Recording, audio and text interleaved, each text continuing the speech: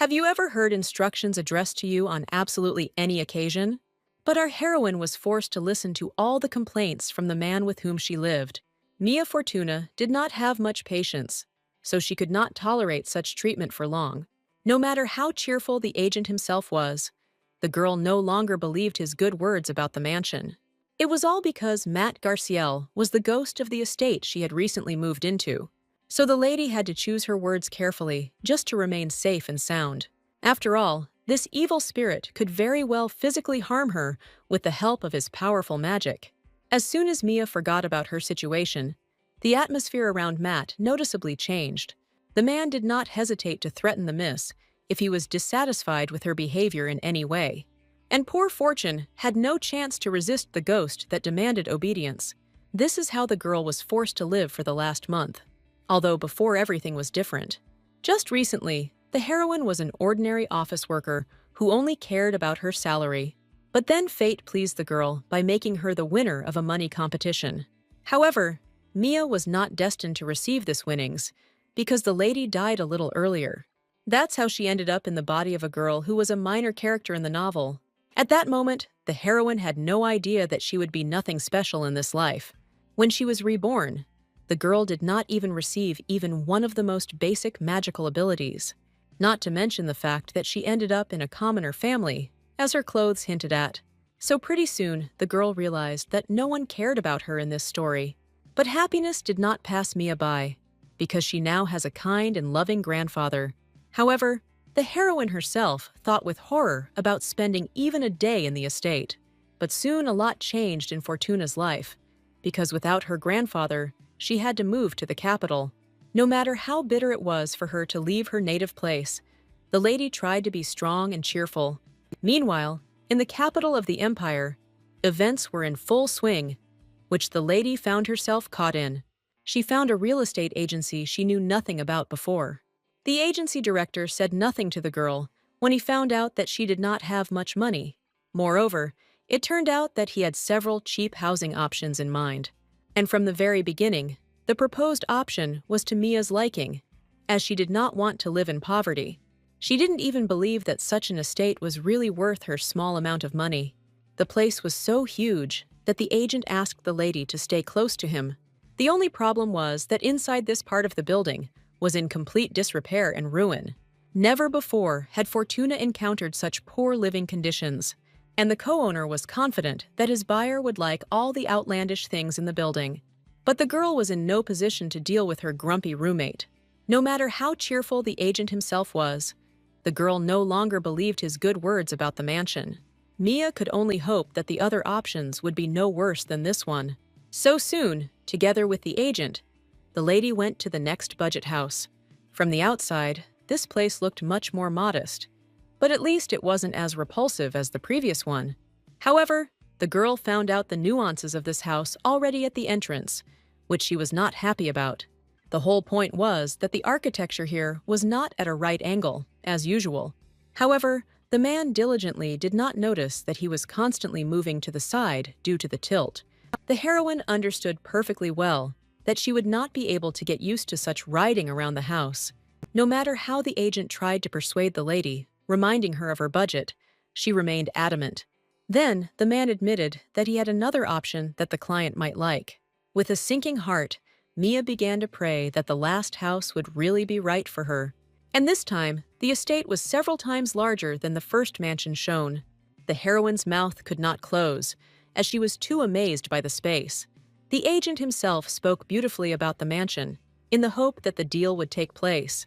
What surprised Mia most was that she could move right now and live in this place for free. But there was no such thing as a free lunch, so special conditions awaited the girl. Fortuna was not prepared to keep this entire huge area with a bunch of rooms clean. Moreover, the lady was forced to sign a life sentence only in this estate.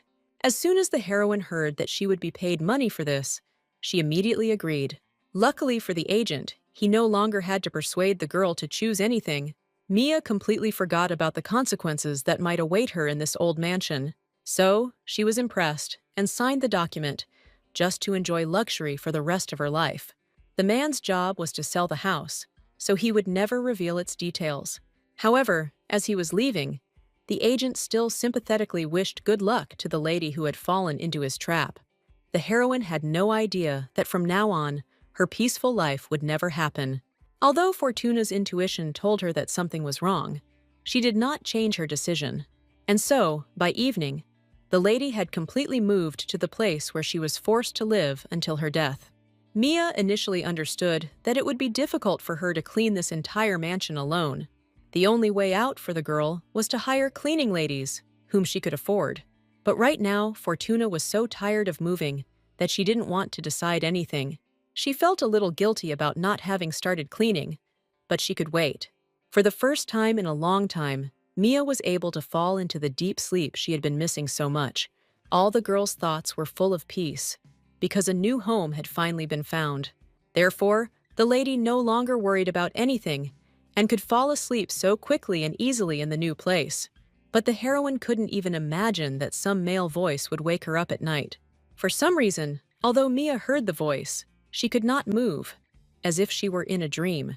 Upon seeing the male image, the lady decided that she had suffered from sleep paralysis, and that was why she felt this way. And the unknown handsome guy continued to complain about the dirt throughout the estate. As a result, he even used magic to turn over all of the girl's suitcases to teach her a lesson.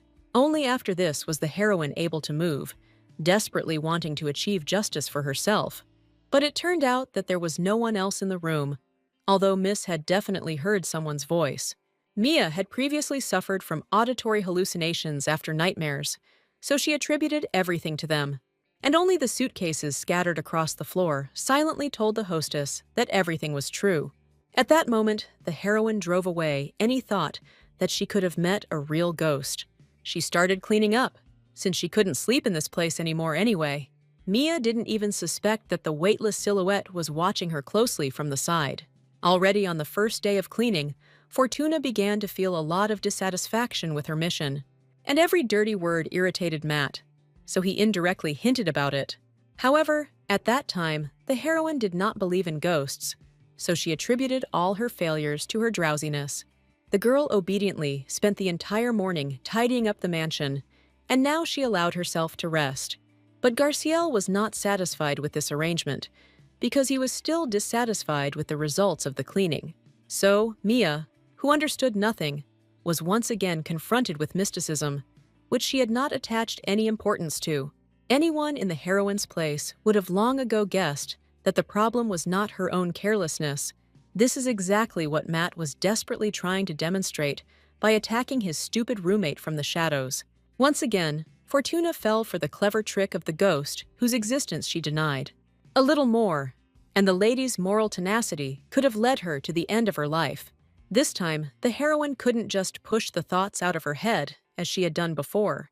All because if she had just a few more centimeters, the girl would have said goodbye to her rebirth. But the arrogant and ghostly owner of the house showed no sympathy towards his new acquaintance. Mia wasn't one to be intimidated by strangers, so she stood firm in her boundaries. However, the girl's contractor and part-time owner of the house had no intention of leaving. Fortuna was not warned by the agent that she would be sharing this estate with an evil ghost, and Matt knew from the very beginning that this detail was spelled out in the house transfer documents. In a panic, the heroine rushed to the papers, which she had managed to carefully fold in the locker, and on the very last page, in small print, it was written that the house was ruled by a spirit.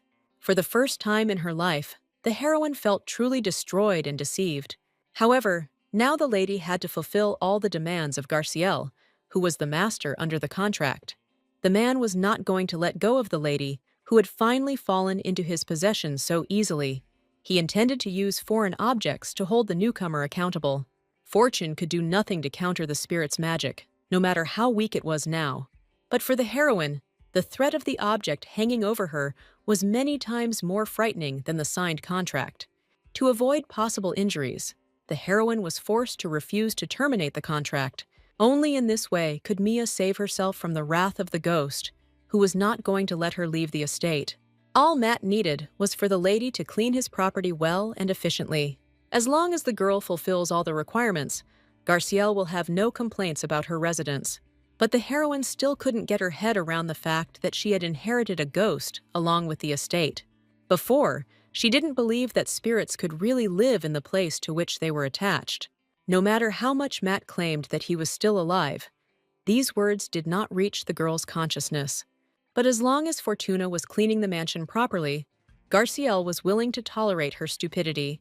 But the heroine was not happy with this forced proximity to the ghost of the mansion. She understood perfectly well that she would not be able to exorcise the spirit, otherwise it would have already been done.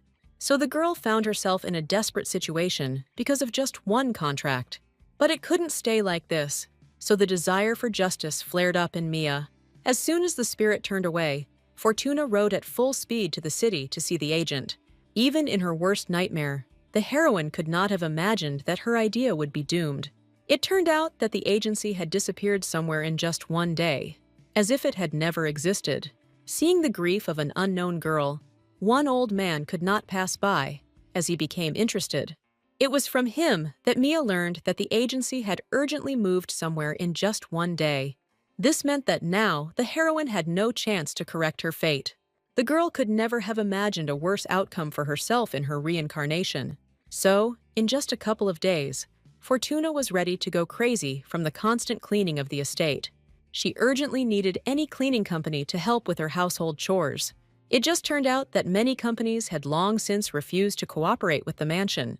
No one wanted to send people to a place that was known to be a real haunted house, so Mia was once again left to carry out all the demands of the disgruntled ghost alone.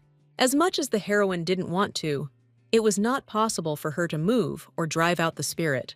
However, the girl was advised to place an advertisement for recruitment in several newspapers. The lady immediately seized this chance, since otherwise she could easily go crazy. Thus, reluctantly, 2 more weeks of Fortuna's painful life in the huge mansion passed. The ghost nagged her for any reason, even if the girl left small stains around. And in the end, he began to find fault with Mia's appearance, which was the last straw for her. The heroine was afraid to respond angrily to the spirit only because he could use magic at any moment. And so the lady had to endure all his grumbling comments about a job poorly done. So, as soon as the girl heard the long-awaited doorbell, she was ready to receive the person. Mia was so tired of cleaning the estate that she didn't care who came as a worker.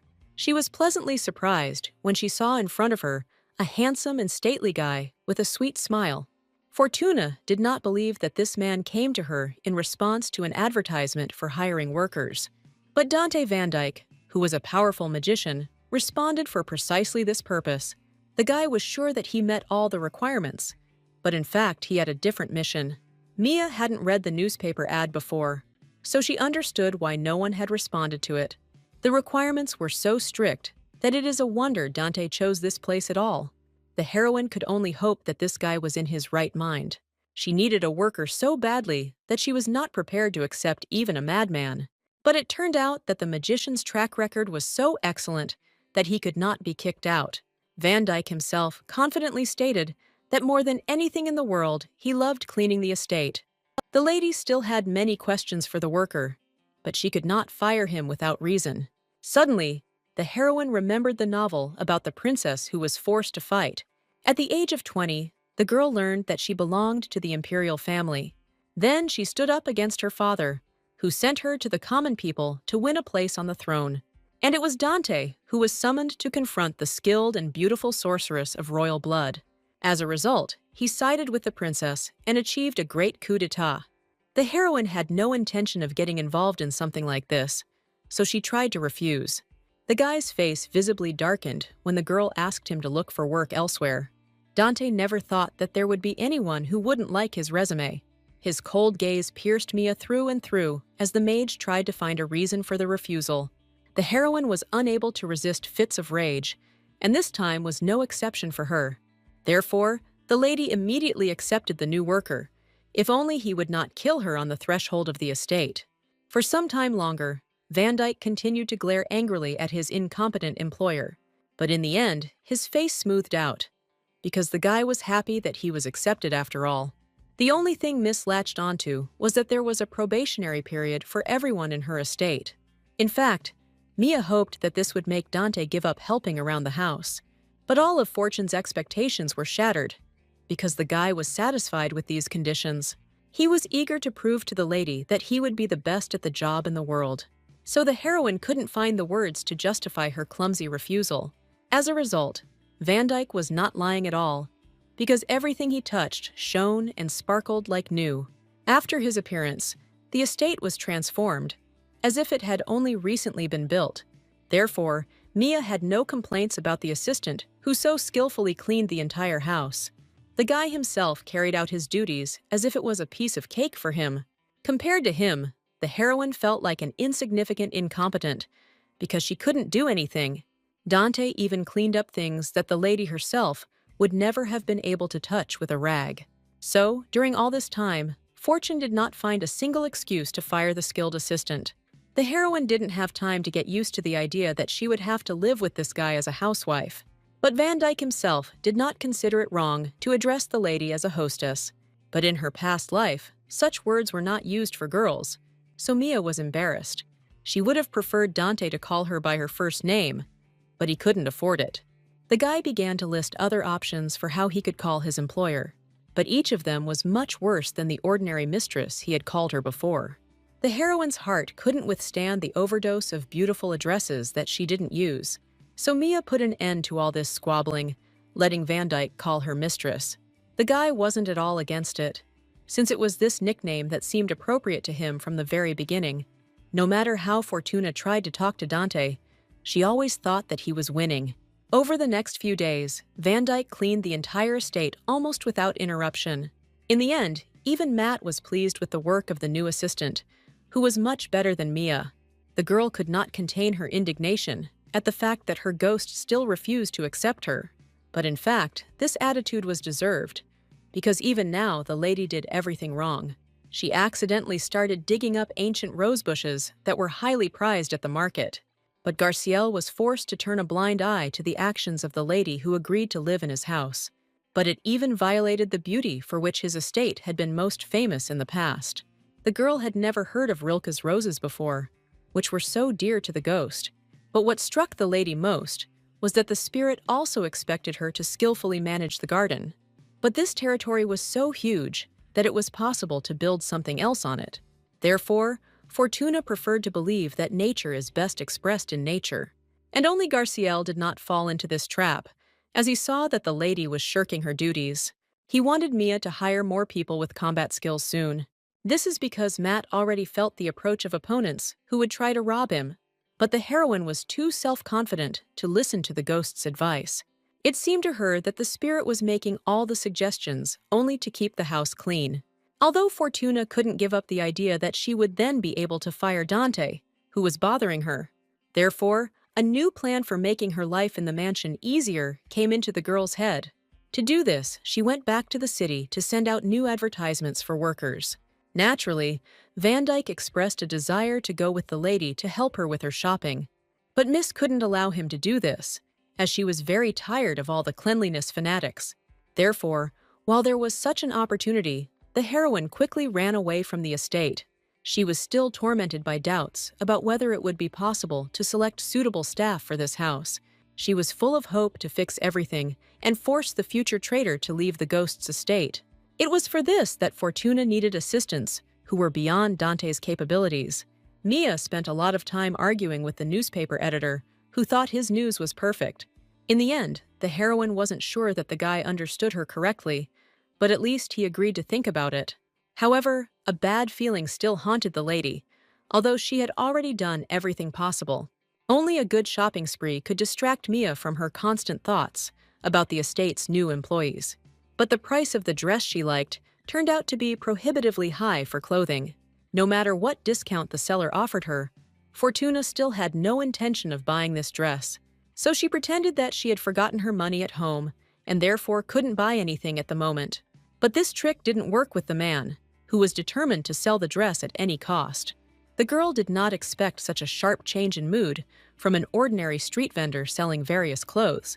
Before she could understand, she found herself in a prearranged and well-thought-out trap. The merchant's assistants surrounded the poor girl from all sides, waiting for her to make a frightened purchase. Mia immediately saw through this disgusting scheme, which many women have probably fallen for. However, The heroine was one of those who knew how to stand up for herself in such extreme situations. But the girl's loud words only angered the local street thugs even more. Fortuna had no idea that the rules of her past world did not apply in the story of a love affair. That is why she was unable to easily get out of an unpleasant situation where she had already been harmed. The only thing Mia could think of was to pretend to notice her opponent's underwear. No one could tolerate such shame, so the girl had a real chance to run away. But Fortuna didn't expect that the amount of force she applied would be too great. She just pushed the guy away slightly, and he screamed as if his shoulder was broken. The bandit himself never thought that he would find himself in such a situation because of some frail girl. But at the moment, even his closest friends couldn't help him with the pain in his shoulder. Mia had no time to grieve over what she had done, because salvation was still only in her hands. However, this time the heroine did not have time to escape, because the merchant grabbed her by the shoulder. As a result, the lady fell to the ground, hitting herself painfully due to this unexpected fall. The bandits were seriously determined to teach the lady a lesson, but things didn't go according to their plan. As a result, the first indignant one fell to the ground unconscious immediately after a few sentences. His comrades immediately ran up to him, completely forgetting about the young clothes buyer.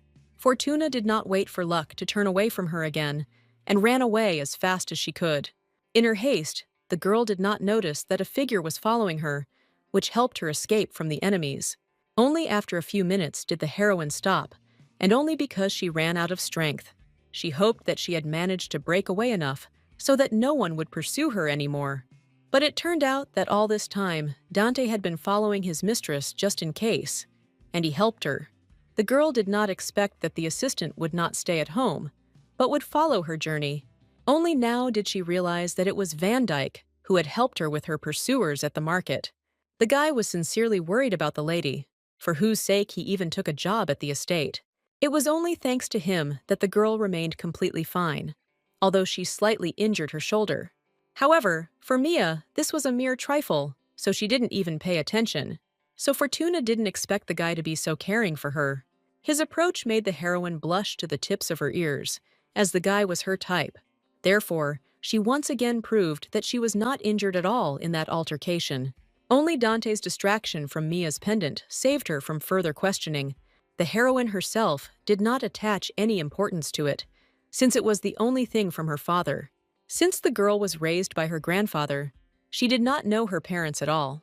Fortune did not have time to become attached to a man whom she had never seen before in her life, but she was interested in why such a skilled guy got a job as a housekeeper on the estate. As before, Van Dyke began to convince the lady that he simply enjoyed cleaning the house. Since he was an aristocrat, only servants always cleaned his mansion. But in this way, the guy wanted to take a break from the horror he experienced in the war. The heroine had read the novel, so she could understand how much poor Dante had suffered. In the original story, Van Dyke had already achieved incredible heights in the military field. But in the end, he resigned, because he no longer wanted to participate in anything like that. However, the man in front of Mia didn't look like someone who hated wars. Instead, his face expressed genuine sadness, as if the boy regretted the losses. And Mia couldn't admit that she understood the magician because she read about his life in a novel. But the girl managed to find other words of comfort to make the guy feel at least a little better. In response, Dante rewarded the lady with an equally sad smile, but still did not share his thoughts. Fortune could not force the assistant to open up, since it was not yet time for this. But thoughts about the sad guy did not leave the heroine's head even in her room, so she stayed up late at night and was able to hear a strange noise coming from the corridor of the estate. The lady hoped that it was Dante who came to her in the middle of the night to tell her about his past. But her plans were not destined to come true, because it turned out that robbers had broken into the estate. Fortuna was not prepared for the fact that there would be someone else in the house besides her acquaintances. The robbers themselves did not expect to stumble upon a person, but in this huge estate, it even played into their hands. While Mia was shaking with fear of the unknown people who had caught her so easily in the middle of the night. In fact, the opponents had no intention of harming the girl, since only she could help them. The leader gently hinted to the mistress of the estate that, with her assistance, she would not be harmed in any way. and Fortuna was ready to do anything, just so that everything would be okay with her in the end after the skirmish with the enemies.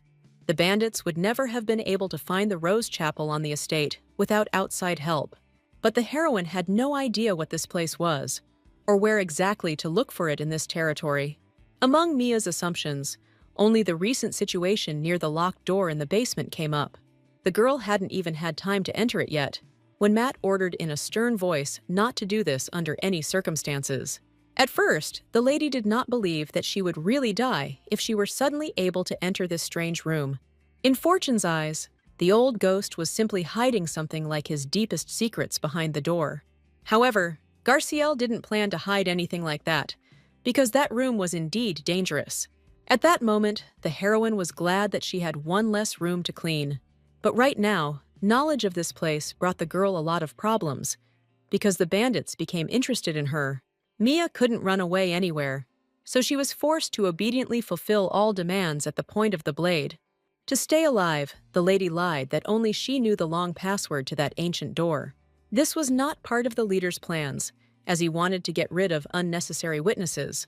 But his accomplices believed the rumors that Mia was a witch, so they did not want to harm her.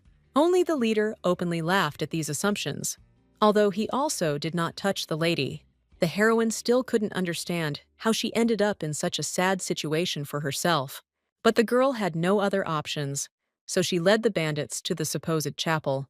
On the way, the boys happily discussed the fact that they had never seen anyone in this huge estate. Mia tried her best to ignore their useless chatter so as not to show any emotion, but as soon as the girl led the robbers to the right door, the leader declared that the lady should open it. Fear pierced the heroine's entire body, because she clearly remembered that it was impossible to open this door. Fortuna's only hope was the unexpected appearance of Garciel out of thin air. But for some reason, the guy seemed in no hurry to materialize, although, like a ghost, he could appear anywhere. So Mia was faced with a terrible choice. She would either die from the magic of the room or from the knife. The girl tried her best to stall for time, just so the harmful ghost could come to her aid. The bandits tried not to interfere with her too much, since some of them believed that the miss really was a witch. The longest song the heroine remembered was the anthem of her country in a past life. It was this one that Mia began to sing, carefully stretching out the notes to make it sound even slower. Fortuna herself did not believe that after this song the door would open, but that is exactly what suddenly happened. For the first time in her life, Mia fell into true despair, because everything around her was not going according to her plan or desire. But this time, the robbers did not leave the lady alone, as they demanded that she come inside. Mia resisted as best she could, because she did not want to die at the whim of some people unknown to her. She still hoped that Matt would show up soon, and this whole situation would be resolved quickly and easily. Only suddenly, the bandits announced that they were now sure that the owner of the estate had disappeared. The reason for this was the advertisement for hiring workers, which Mia herself so cheerfully printed in the newspapers. And now the girl had to deal with the consequences of her actions, that they were armed. The bandits needed the Philosopher's Stone, which was located somewhere in this huge estate. In their opinion, it was with the help of this thing that Matt monopolized the entire management of the mansion. Only now did the heroine finally believe that Garciel was not just an ordinary ghost. True, this knowledge could no longer help in her unpleasant situation with the robbers. The boys didn't think at all about whether the girl would die, because they were only worried about their own lives. So the leader roughly pushed the lady away, and she fell into the room, her knees hitting the floor. At first, due to the pain in her legs, Mia did not pay attention to the situation inside the room. From the outside, it might seem that there was nothing remarkable or scary in this place at all, but the heroine's entire body was gripped by such a fierce cold that she couldn't even touch a tooth. In an instant, Miss was overcome by the temperature in the room, which was unpredictably low. In tears, Mia could only whisper the name of her grandfather, who always helped her out in such situations. Suddenly, the pendant, which was a gift from a relative, began to spread warmth around itself. Even from the other world, the grandfather looked after each of his granddaughters, not allowing her to die so early. Mia's heart was filled with boundless love and respect for the old man who was dear to her. But at that moment, somewhere in the depths of the room, something barely noticeably flashed, attracting the lady's attention. Only now did the heroine remember that she had actually been on a small mission from evil robbers. But curiosity was much stronger than caution, so the girl ignored the enemies. Much more attention was drawn to the portrait of a beautiful woman, which was not even covered in dust.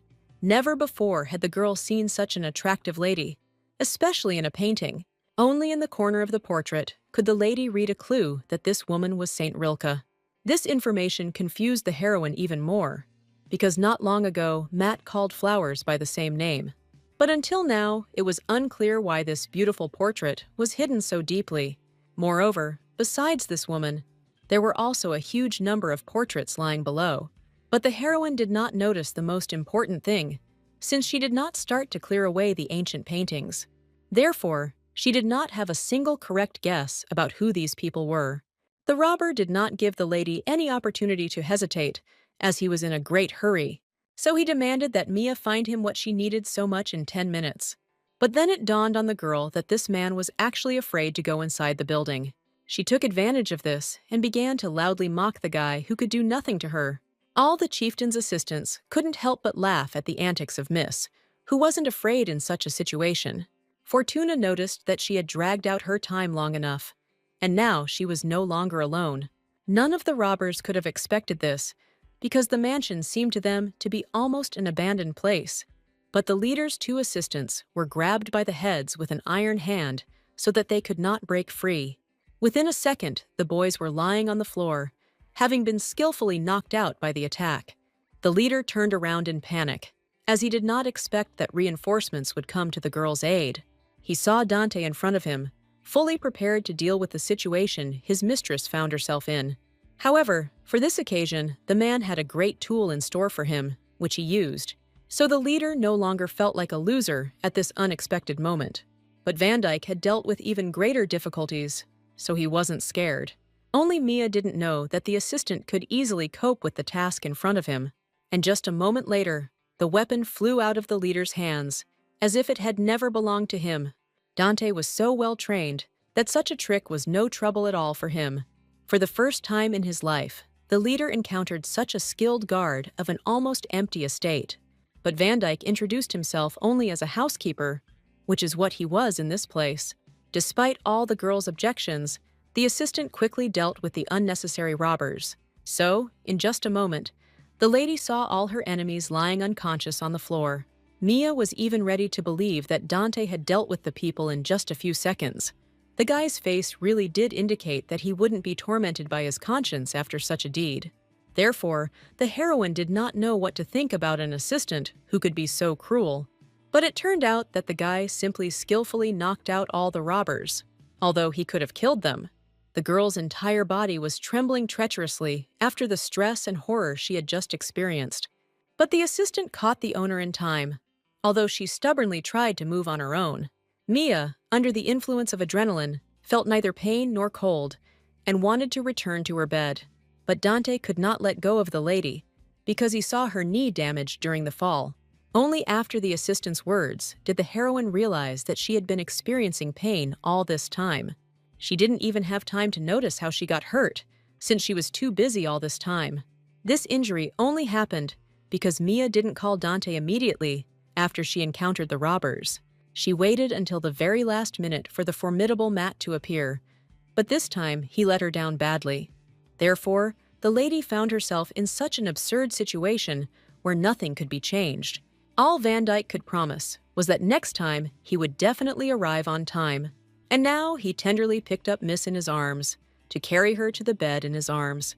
He didn't even listen to all of Fortuna's objections, because the lady would have hobbled along for a long time on her own. This is how the heroine had to come to terms with the fact that she was being carried in arms like a princess. But even in the room, Mia resisted to the last, embarrassed by Dante's concern. However, the boy had treated wounds so many times in the war that he was confident in his abilities. Seeing his ironclad arguments, the lady could not refuse his help. Van Dyke even managed to bring all the necessary jars so that the hostess would not need anything. Fortuna could not prove that such wounds healed quickly enough, all because no girl could resist Dante's sweet gaze. And the heroine was no exception. So she lost this battle, leaving everything to the guy. This is exactly what Van Dyke was trying to achieve from the very beginning, since the condition of his mistress was important to him. In a few minutes, he prepared everything necessary, which would have taken Miss much longer. The assistant noticed that the girl was quite brave and patient, since she remained silent about the wound. The whole point was that in this life, the heroine managed to learn one important lesson. She realized that it was useless to cry in many situations that were beyond your control. The girl's childhood was calm and cloudless, but soon her father went off to war. And then the supposedly kind Uncle and Aunt Murray took little Mia into their care. But their good relationship lasted until the lady's father stopped sending money. Since then, the little girl's life turned into a living hell, in which no one cared about her. It was at that moment that the girl realized that her tears would not help that enormous grief. And to this day, Mia remembered the lesson she had learned, although everything had been much better in her past life. Dante had no idea that this cheerful girl had once gone through hard times. However, Fortune herself could smile happily because she had such a good assistant. Soon the guy had completely treated the owner's leg, but she still couldn't strain herself. However, the heroine once again tried to prove that she was stronger than she seemed, and it didn't end very well again, as the lady couldn't even stay on her feet. But the girl achieved a sincere and cheerful smile on Dante's face, which she was already happy about. The guy was even ready to help the lady change her clothes so that she would not need anything, but the heroine wasn't mentally prepared for this, so she didn't consider this option. In fact, the assistant offered to help as a joke, so he left the lady alone. And after just a few hours, the heroine was convinced that she didn't need bandages at all. The severe wound on his leg healed as if it had never been there, and not even a hint of a scar remained. The lady discovered this ability when she found herself unharmed after falling from a height, and from then on, all her wounds healed very quickly, so that Miss did not have time to notice them. Out of pure politeness, the heroine left the bandage in place, because Dante tried so hard. But since the wound no longer bothered her, it was time to move on to her direct duties. From early morning, Mia searched the entire estate with loud screams for the ghost, who never appeared. She looked under every surface, but she couldn't find Matt anywhere. And so Van Dyke caught the girl searching among the bushes, which she had not expected at all. The lady honestly admitted to the guy that she wanted to communicate with the unbearable spirit of this estate. It turned out that Dante didn't just show up in this place because he was going to take out the trash. However, the lady clearly remembered that today, according to the plan, was not a day for ordinary trash. Only after a moment did the girl realize that the guy was referring to the robbers from the chapel. But Van Dyke had no intention of taking his mistress with him on this important and difficult task. He was worried that the lady's leg was still not healed enough for such trips into the city. Mia couldn't tell that her leg no longer bothered her, because it had completely healed, so she quickly found another suitable argument, because she threatened to go on her own. After this, Dante had no choice but to give in to the restless girl. They both ended up using disguises, wearing the clothes of average commoners. And in exactly this outfit, the guy and girl showed up at the police station with information about the thieves. Mia was determined to succeed, just to get rid of the people in the chapel, but there were a lot of bad rumors circulating about the Garcial estate, which the man was familiar with. Therefore, he did his best to refuse help to the parishioners, not wanting to come to that place. No matter how much the heroine was indignant, it was all just dust in the eyes of the lazy policeman. But he didn't expect that the man next to the girl would turn out to be a higher-ranking official. Dante deliberately revealed his name, because he knew perfectly well that no one could refuse him. As proof, he showed his badge, since he was retired. Realizing what kind of person was in front of him, the man could no longer refuse the request. But the lady didn't know that her employee had not actually been discharged from the army. It turned out that Dante himself did not know about this until recently, because his superiors did not let him go. Mia could understand why the generals did this, since Van Dyke was a powerful mage. Moreover, only this person could easily solve such complex issues. But unexpected complications arose, because the policeman was surprised by the lady's relationship with the guy. Fortuna had previously suspected that her nickname might seem inappropriate to other people. She explained as best she could that they were simply in a business relationship with such treatment. At the same time, the lady was dissatisfied with the assistant, who did not hesitate to call her mistress everywhere. Van Dyke himself sincerely didn't see any problem with this, since he was used to calling Mia only that way. The girl once again retreated before the sweet face of her assistant, with whom she could not be angry. So with a sigh, she swallowed the indignation that was about to spill out onto the guy. This is how Van Dyke cleverly avoided possible punishment, which he actually knew very well. Meanwhile, in the chapel of the Garciel estate, the robbers were trying their best to find a way out. The leader was the most angry of all, because the whole group had fallen into the hands of the housekeeper so easily. His assistants still believed that the whole thing was due to the witch's blood of the new mistress. Many remembered that it was this girl who, with just her touch, defeated her comrades at the market. But these dialogues did not last long, since the leader noticed someone else's presence. A disgruntled voice, chilling to the point of trembling, sounded somewhere in the depths of his subconscious. Matt finally showed up and promised that all the robbers would die a horrible death. The leader was not prepared for such a situation, because it was useless to fight the ghost. He was sure that the owner of the estate had disappeared, but it turned out that this was fundamentally untrue. With one appearance, Garciel changed the mind of the stupid leader, showing him his furious face. The thin cry that the leader let out in fear would have been the envy of any girl. In a panic, the man began waving his weapon, but none of it could save him. Meanwhile, Dante and Mia peacefully returned to the mansion. Unaware of the horror within, the girl took advantage of the moment and asked her assistant about the philosopher's stone. She didn't expect that he would be well aware of the legends about this item being in Garciel's possession. The lady looked at Van Dyke with suspicion, as if he might have come to work for her on purpose, but the guy immediately declared that it was useless to steal the stone, because it had to choose you as its owner. The thieves' mistake was that they hoped to gain possession of the stone by chance. Only Mia knew how foolish the original plan of the robbers, who were looking for luck, was. Matt constantly appeared before her, and was always dissatisfied with some of the lady's actions, so she could only hope that the guy wouldn't show himself to the police. As soon as the man appeared, he pleadingly asked Dante not to report him to the management. The assistant was only interested in dealing with the robbers, so he maintained a stern appearance. Fortuna did not immediately notice that, although she was the mistress of the estate, no one was looking at her. All the police officers by default obeyed only Van Dyke, who had a higher status than them. Soon the invited guardians of order reached the chapel in the basement of the estate, but it turned out that there was nothing left to take, because all the robbers were dead. Their mangled bodies lay scattered throughout the room, and it was clear that no one had survived. This news was unexpected for the heroine, who had only seen these people yesterday. She looked at Dante suspiciously, and the guy couldn't help but notice this strange look. It was important for Mia to find out for sure whether the assistant was not involved in the death of the robbers. Van Dyke was deeply offended by the fact that the hostess thought of him first. But the thing was that after yesterday, the girl could no longer be sure of anything. As much as she didn't want to believe Dante, her fear of his abilities was much stronger.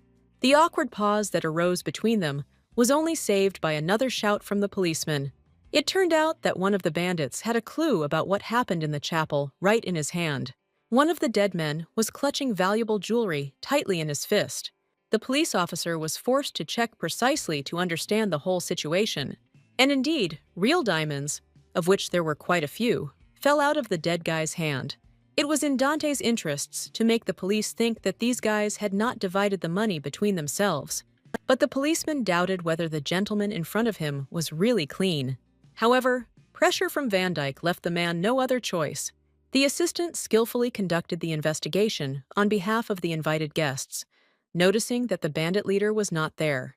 So the guy assumed that the man had run away with the money after killing everyone else. No matter how much the policeman doubted this theory, he had to accept it as the truth. He tried his best to please Dante so that he would give him a good recommendation. So the policeman's role in this case was purely nominal, and everyone understood this. All the guests left the mansion as quickly as possible to avoid running into a real ghost. So soon, Mia and Dante were left alone again, and this time without any corpses in the chapel. Fortuna still didn't believe that the assistant was telling her the truth about the robbers. and Van Dyke was offended by the girl's distrust because he tried to do a lot of good for her. The heroine herself could not explain why the deaths of the thieves seemed strange to her, but the guy didn't intend to take anyone else's life because he had enough of that during the war. The role of a kind and caring person was not just an image for the former commander, and from his sad eyes, Mia saw that at that moment, the guy had no intention of lying to her. The lady froze in surprise, because all her prejudices had deeply hurt her faithful assistant. Too late, the heroine realized that she had jumped to conclusions about Dante, but time was lost. And now Van Dyke was disappointed in his beloved mistress. Mia herself didn't expect that her distrust could hurt someone so much. She couldn't allow herself to leave things like this, as it would only continue to hurt Dante. So the girl abruptly turned the guy towards her, who did not expect such speed from her. As quickly as possible, Fortuna asked her assistant for forgiveness before he left. Mia's recognition was important to the guy, because it was for her that he had been trying all this time. He could see in the girl's eyes that she was sincere in her intention to trust him in the future. But in exchange for forgiveness, Dante asked for one wish, which the lady would have to fulfill. Van Dyke liked to have aces up his sleeve, so he agreed to forgive Miss. Mia once again felt as if she had fallen into this cunning man's trap. But there was no turning back, because the girl herself wanted to achieve forgiveness at any cost. As soon as they entered the mansion, Matt immediately admitted that he had killed all the robbers personally. The ghost was the last person Fortuna would have thought of, as he had not appeared for a long time. Therefore, his confession shocked the lady to the depths of her soul, who was prepared for any other outcome. Mia was seriously angry because of Garciel's willful actions for not saving her yesterday, but none of her screams reached Matt's conscience, which simply didn't exist. Moreover, he used magic to shut the girl's mouth so that she would no longer yell at him. Matt had his own reason for doing this, because he could not let the robbers go without punishment. That is why the ghost created the illusion of a fight for the jewels, so that there would be no questions. The girl couldn't deny that Garciel's strategy made sense, even if she didn't like it. As a result, the lady began to compliment the spirit, just to appease him with her behavior. It worked, and the arrogant ghost opened Mia's mouth, which is what she wanted in the first place. The heroine did not mind creating a few poses to ensure an easier life for herself. But even such behavior did not soften the heart of the unbearable and nasty owner of the estate. But the lady was genuinely interested in finding out what the philosopher's stone was. She remembered perfectly all the greedy words of the thieves and wanted to find out more from the spirit. But Matt felt something that prevented him from launching into an explanation in front of the lady. He did not make the girl happy when he announced that guests would soon arrive at the estate. Fortune was horrified by this alternative, having just dealt with the robbers. But Matt was willing to wait for these guests, as they could bring benefits to his mansion. Nothing happened until the evening, so the heroine managed to forget about Garciel's words. As usual, she brought food to bed, for which she received a scolding from the neat Dante. Suddenly, a huge earthquake shook the entire estate and made the miss scream in fear. Unlike the girl, the assistant was not at all scared, since he immediately understood what was going on. He carefully reassured the hostess, who was ready to die of fear right then and there. Their conversation was interrupted by an unexpected doorbell, which the ghost had warned about. Mia panicked and decided that they were thieves, but they would never have warned anyone about themselves. In the end, it was Dante who greeted all the guests, since the heroine was not mentally prepared for this. When she looked out from behind the guy's shoulder, she was very surprised at the sight of guests. They turned out to be a strange-looking trinity, consisting of a child, a knight, and a demon in a human body. The boy's name was Ezekiel, and he was the head of the magic tower, something the lady did not yet know. The girl had no idea what the three of them were doing on the estate's doorstep so late at night. She was answered by a swordmaster named Killian, who was forced to always wear armor. It turned out that all three of them had come to work in the mansion, and the demon Eluard was no exception. It took the heroine some time to look at the magnificent resumes. But then Matt, who unexpectedly appeared and hired new employees, made a decision for her. Only now was Dante able to get a proper look at the owner of the estate, who rarely appeared. It was he who made all the most important decisions, so he allowed the trio to stay in the estate. But Mia was unhappy that no one took her personal wishes into account. However, the ghost did not even listen to the girl, as he immediately disappeared into thin air. This is how the unexpected guests easily settled into the mansion, contrary to Fortune's wishes. The heroine was instantly left out of work, although she believed that she could at least decide something in this place. The next morning, the lady was frantically thinking about how to drive all the people out of the mansion. She understood perfectly well that she would not be able to compete with these people in terms of skills. And most of all, Mia was frightened by the demon Eluard, who behaved extremely seductively towards her. As a result, Dante wasn't the biggest problem, because now there were these three. The assistant brought the hostess breakfast early in the morning to invigorate her before the day's tasks, but Fortuna hadn't had a good night's sleep, so she wasn't ready to work at the estate. Dante himself had nothing against these people, who divided the responsibilities among themselves. But the heroine considered it her duty to drive out the trio before they settled in here. But everything was so simple for the lady, because Van Dyke had a message for her from the ghost. It turned out that Matt had forbidden Mia, under penalty of death, to fire any of the employees. The memory of the fallen chandelier was fresh enough for the lady to fear Garciel, so the heroine had to give up her desire to fire the newly arrived workers. It came as a surprise to her that Dante also wanted to get the new guests fired. Mia really wanted to replace Van Dyke, but she never got around to it, so the girl will have to continue to live under the same roof with a possible terrorist. However, the lady could not admit to the guy that she was actually very afraid of communicating with him, so she once again pushed the cleaning onto Dante and ran away as quickly as possible. As soon as Mia stepped into the estate courtyard, her opinion of her assistants changed radically. In just half a day, Killian was able to bring real beauty to the garden, as if it had not been devastated. But before, the lady had lived in this place for several months, but was unable to influence anything. The knight was enthusiastic about his work, because he enjoyed such gardening tasks. But the lady could not believe that this man, without a drop of magic, managed to recreate the garden. Fortune deservedly paid the knight compliments, for he did his job flawlessly. But the miss still had questions about why the guy had come to this particular estate. Killian admitted that since Dante was hired here, they should have treated him well too. Mia did not understand a word of the knight's reasoning, because he explained himself too verbosely, but she guessed that Van Dyke and Killian had met on the battlefield before. This shocked the heroine, who believed that all the people in her life were nothing more than coincidences. But what surprised Fortuna most was that the knight didn't just wear armor all the time for no reason. For some reason, this guy was in for a lot of pain if he removed his artifact. Before, the girl had not thought about how much evil the Empire had inflicted on its soldiers. The only thing that made her happy was that Killian was now fully enjoying his new life. These details again made it difficult for Mia to make the decision to fire the new assistant. The lady's wild imagination suggested that the knight might experience difficulties during his shower, but the guy guessed from the hostess's face what she was thinking and said that he was temporarily removing his armor. Fortuna left the knight, with whom she had managed to become quite close during one conversation, in confusion. The more she interacted with the assistants, the less she wanted to fire them. Here on the horizon appeared the demon Eluard, whom the lady feared most of the three. Never in her life would the girl have thought that she would hire him as a butler.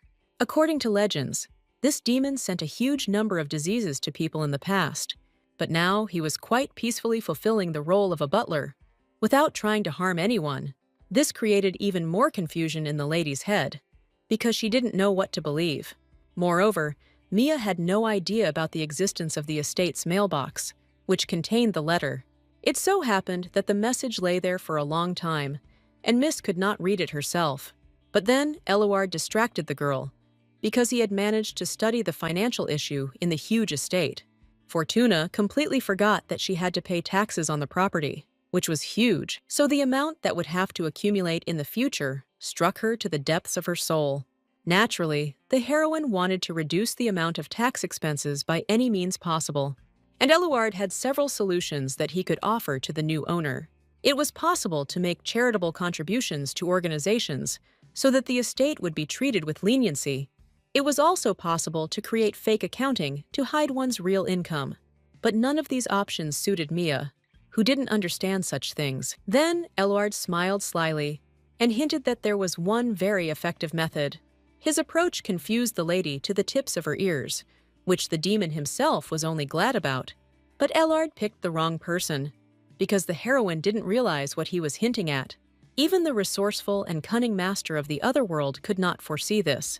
So he had to honestly admit that he had talked to the girl about a real marriage. Only this detail could allow Mia to forget about all the problems with possible tax debts. Through marriage, many girls avoided many financial difficulties with estates, and the heroine could not deny the fact that such an opportunity was tempting for her. But the girl didn't have a single man in mind whom she could marry. Eluard's kind smile hinted to the lady that he was not averse to taking on such responsibilities. But Mia did not consider herself worthy of the demon himself, who was many times more experienced than her in everything. Such a groom would seem like an enviable candidate to many ladies, even despite his past. However, the heroine was firmly convinced that she should not get involved with a non-human creature. But the girl overlooked the fact that the demon knew how to seduce any kind of people. So he began to seduce Mia with beautiful speeches so that she would accept his proposal. Eluard saw that Fortuna was almost ready to agree to marry him. The girl really melted under the pleasant persuasion and compliments that the demon showered upon her. But then a realization struck her, because the lady realized that Eluard was not doing anything without reason. At the very last moment, Mia was able to refuse the assistant who almost chatted her up. As a small revenge, the demon fled the estate without reading Mrs. Message. So the heroine was once again left completely alone with unpleasant problems.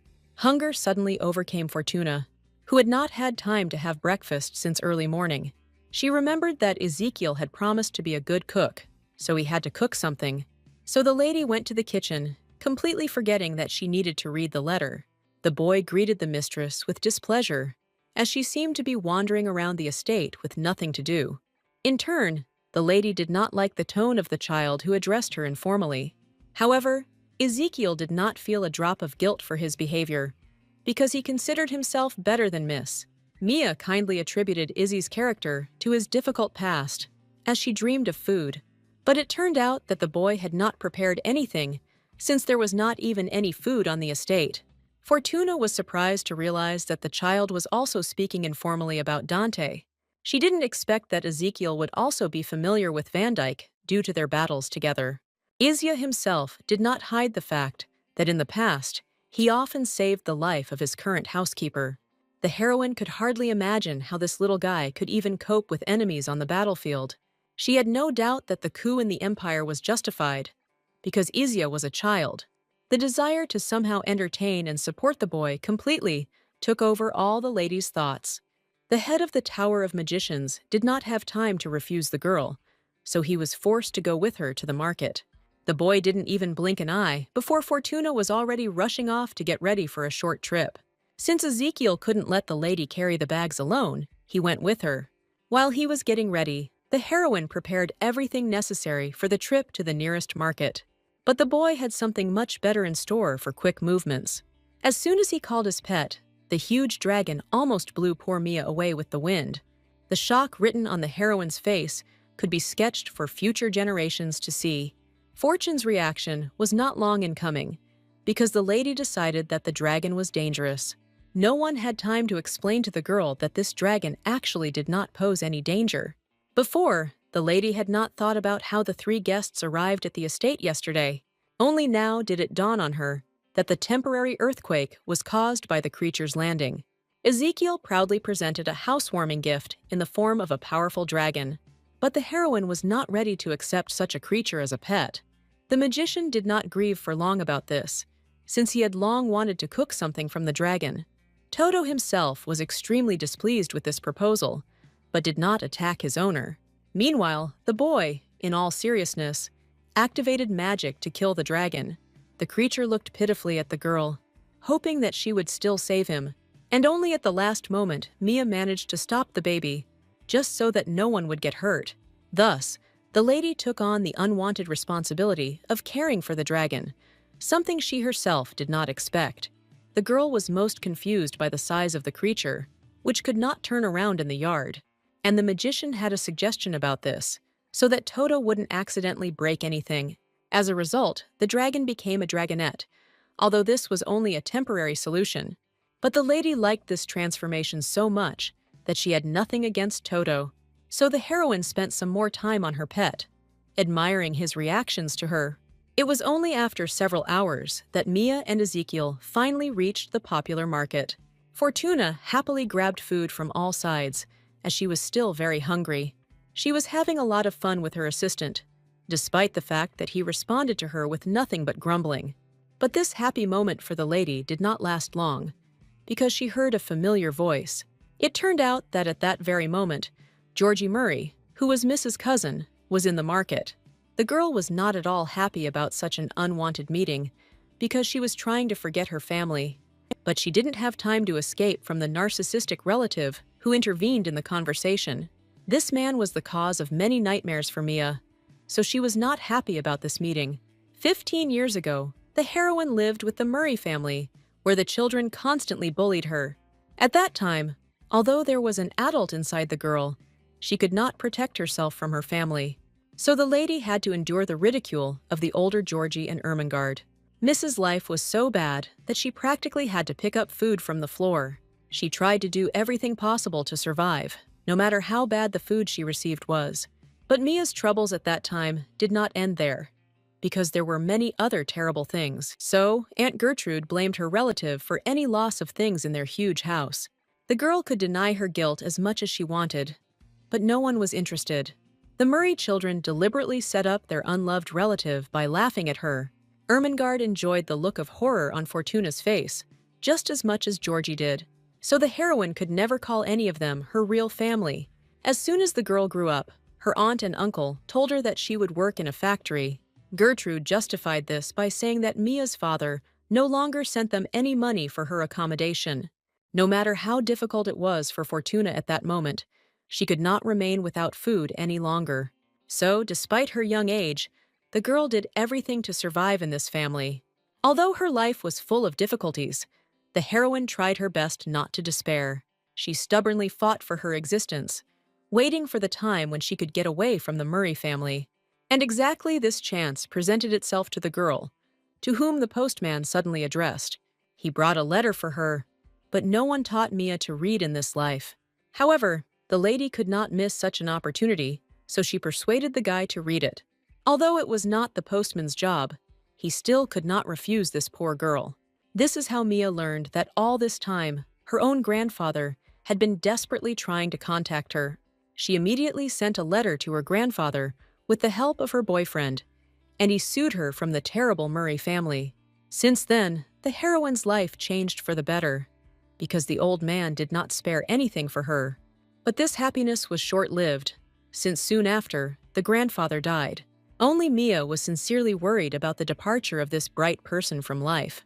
It was at this very moment that the Murray family reappeared, wanting to claim part of their relative's inheritance.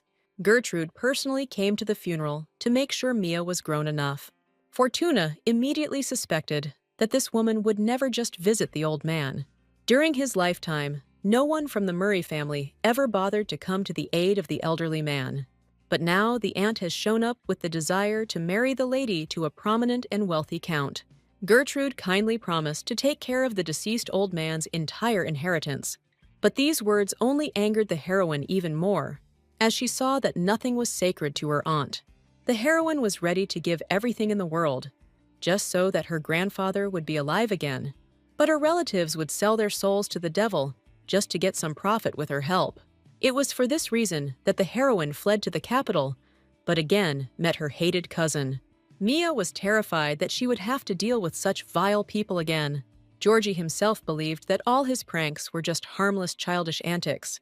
But the heroine had been through too much to forgive her impudent cousin so easily. Murray turned out to be so narcissistic that even Ezekiel sided with the lady. The boy immediately warned that he would not tolerate rudeness towards the mistress. But his entire speech did not impress the guy, who measured everything by appearance and clothing. That is why the blow to the face was extremely unexpected for the pompous aristocrat. Georgie didn't have time to block the blow, so he quickly flew back several meters. This is how Dante once again came to Mia's aid, since he was very close. In fact, he was just strolling through the streets of the market, as he wanted to give a small gift. The guy was already anticipating the joy on the owner's face when she saw his sweet purchase. Suddenly, he noticed Mia and Ezekiel not far away, although he didn't know about their plans. And the girl's face expressed genuine anger towards his unfamiliar interlocutor. Dante heard the guy's last words perfectly well, and he didn't like them at all. That is why he allowed himself such a sudden appearance, which Fortune was glad about. Van Dyke could not calm down until his impudent interlocutor understood the lesson he had been given. Georgie recovered fairly quickly, as the assistant did not use full force. As soon as Murray began to insult the girl again, Dante regretted his pity. He couldn't allow the lady to worry about an incomprehensible and evil relative. So Van Dyke started beating the guy again to get him to say sorry. Seeing this picture, the heroine had no doubt that Murray would be in trouble. But no matter how many blows rained down on him, Georgie continued to threaten the police. However, Dante's gaze still convinced the guy that he had better cover his mouth. It was important to the assistant that the relative ask Mia for forgiveness directly.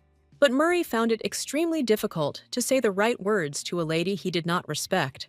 However, the desire to live turned out to be stronger than prejudice, so the guy still apologized. For the first time in her life, Fortuna felt that she was no longer afraid of her pathetic older cousin. Before, the heroine had never occupied a position higher than her named relative, and even in this position, Georgie could not tolerate touching from his unloved sister. Only Dante's threats stopped him from making further threats towards the hated Mia. As soon as the guy started speaking insincerely again, Van Dyke gently hinted at beatings. As a result, Georgie let out such a thin squeal, as if there was a little girl living inside him. Fortuna laughed loudly at her cousin, whom she had always feared and sincerely hated. But thanks to Dante, the girl realized that the guy wasn't worth even a drop of her attention. So the lady's confidence soared to the skies, and she no longer worried about her cousin. As soon as the boy and girl walked away, Murray began hurling threats at them again. But he didn't take into account the fact that Ezekiel heard every angry word he uttered, and the magician could not ignore the fact that his new mistress was being insulted by some stranger. So another punishment awaited Georgie, but neither Mia nor Dante took part in it. Fortuna did not feel pity for her cousin's suffering, since he himself was to blame for everything. So, no matter how loudly the guy screamed about revenge, no one took his words seriously. For the first time in her life, the heroine saw the evil Murray humiliated so much in a couple of seconds, and she couldn't help but celebrate this matter with her friends, who protected her from an unpleasant relative. A joyful smile appeared on Mia's face, who was no longer afraid of her former family. She was grateful to Ezekiel for not leaving her in this difficult and unpleasant situation. But the girl had even more respect for Dante and no longer wanted to drive him out of the estate. The lady was pleased to know that she would always be under the protection of those close to her. After all, today Ezekiel and Dante did not allow her to be disgraced in front of her childhood fear in the form of her cousin. In fact, Mia had encountered kindness before, but she perceived it differently. But grandfather taught the lady that not everything in this life has to be paid for, and now she was finally convinced that goodness did exist in her life. But the very next morning, the heroine faced yet another ordeal in a huge estate. The whole point was that Izzy had absolutely no talent for ordinary and tasty cooking. Moreover, the miss never figured out the contents of the letter, which greatly interested her. Mia knew perfectly well that she wouldn't be able to read it herself, so she needed help. It was at that very moment that the girl noticed a ghost slowly walking through his domain. Fortuna had the nerve to ask the great Matt for such a small help, but Garciel's character hadn't changed at all, so he was against helping the lady. The heroine sincerely could not understand why the ghost was so strongly opposed to her, but the whole point was that Matt considered reading such letters insufficient for his status. No matter how much Mia tried to persuade the harmful ghost, he didn't take pity on her for a second. Then the girl took advantage of the moment and returned to the recent conversation about the stone. It was no secret to anyone that the philosopher's stone was located somewhere on the estate grounds, and the heroine insisted that she had to know all the details because she was the manager of the mansion. But even these ironclad arguments did not immediately make the ghost talk about the stone. He finally admitted that this thing was not something one owned, but something one chose and inherited. Only now did the lady realize that Matt himself did not know where the philosopher's stone was. The ghost's silence suggested that he had not really been chosen as an item, so he knew little. Garciel didn't want to waste any more of his precious time, so he left silently. As a result, Mia only developed more resentment towards the wayward spirit. But thanks to this, Dante, who could read that letter, caught her eye. Fortuna came from afar and first offered the guy her help in washing the dishes. The girl did not pay attention to all the objections of Van Dyke, who was familiar with her skills. At first, the guy still hinted that the hostess should just take a break from work. But suddenly, he realized that he was pleased with such help from a girl, even if she was bad. So Dante allowed the lady to spend time with him, because he had nothing to lose. Mia herself was thoroughly enjoying the peace and tranquility that Van Dyke provided. Only after some time did Fortuna move on to the matter, for which she had undertaken her assistance. At the same time, she noticed that Dante did not immediately put all the dishes she washed in the dryer. Instead, the boy carefully wiped the cups again before putting them away. Of course, Van Dyke did not refuse to read the letter, as he was focused on washing the dishes. The heroine once again realized how much her assistant did not trust her to clean the house. Be that as it may, the heroine achieved her goal, which was much more important for her this time. It turned out that this letter was some kind of message from one manager to another. The previous assistant of the estate considered it necessary to convey important information to the current one. He asked that the memory of the first owner of this house, whose name was Rilke Piazza, always be preserved. And just in case, the manager left a small token in the letter that would bring him good luck. Dante himself was pleasantly surprised by the responsibility with which the man approached the matter. Mia had no idea that her position had previously been so important and valuable. It even got to the point that the previous manager wrote a letter transferring responsibilities. The heroine remembered a beautiful portrait from the chapel and was sure that it was about this woman.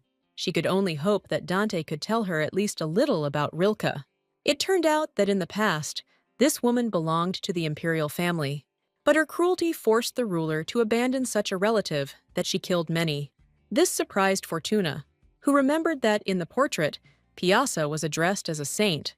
Van Dyke recalled that at the very beginning of her journey, the woman actually worshipped God.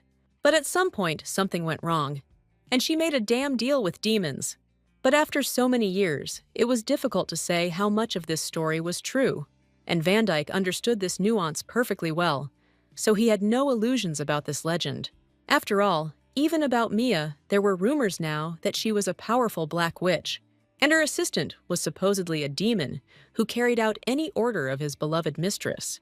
This once again proved to the lady that the stories about Rilke could indeed contain a lot of lies. The saddest thing was that none of the woman's relatives survived the emperor's order, so Piazza had to watch the mansion for a long time in complete solitude. Mia couldn't even imagine how lonely that beautiful woman felt. Now the girl is lucky, and she has never been alone.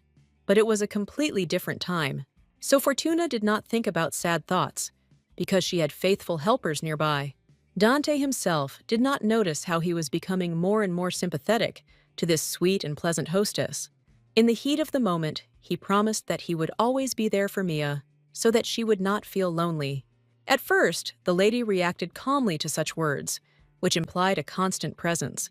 But then it dawned on her that the assistant seemed to have proposed marriage to her. The guy himself seemed unaware of the meaning of the careless words he had just spoken, and Fortuna was seriously worried, because she did not consider Dante as a marriage partner. As a result, she knocked over the cup, and with incredible speed, Van Dyke cleared everything from the table. So the heroine again reduced all her actions to a regular joke, because she felt awkward. This only made her more embarrassed when Dante again stated that he needed to be near her. However, the guy was used to talking honestly about his plans, so he didn't see anything strange.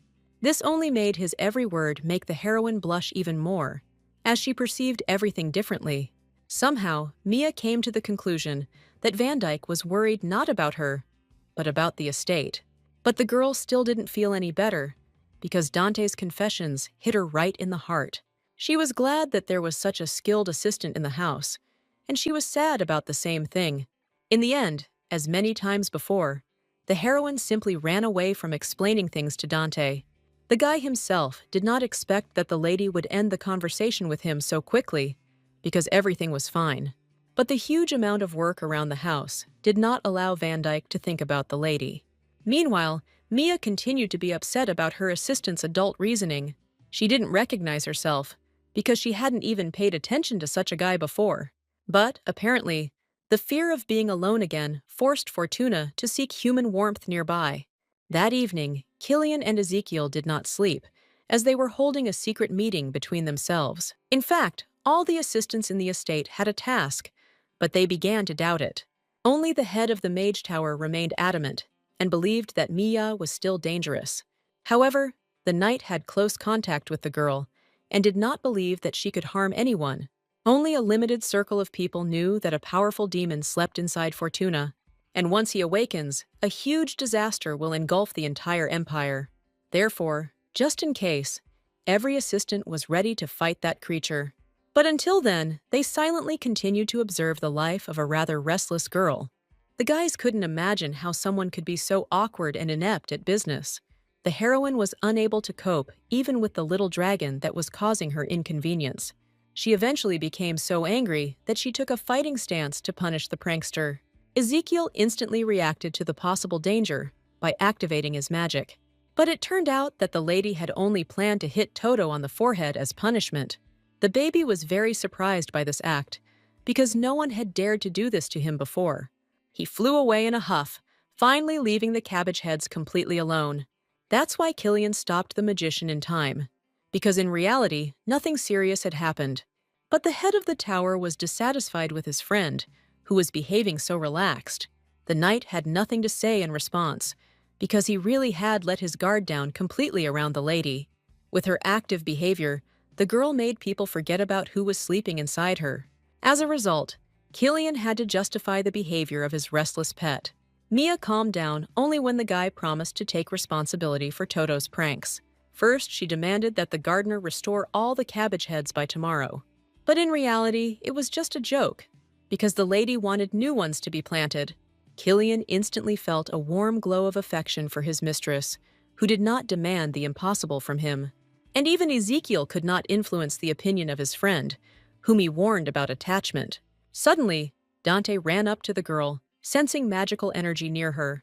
But the heroine was sure that no one near her had used magic in the recent past. Ezekiel did not admit that he had panicked and activated his abilities in vain, and Van Dyke guessed this perfectly well.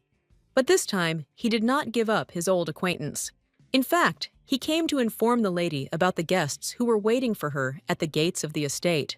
These were Murray's relatives, who came to the girl on a tip from her son. And it was precisely these people that the heroine least expected in this place where she had recently settled. Mia was so immersed in her emotions that Dante noticed that she wasn't feeling very well.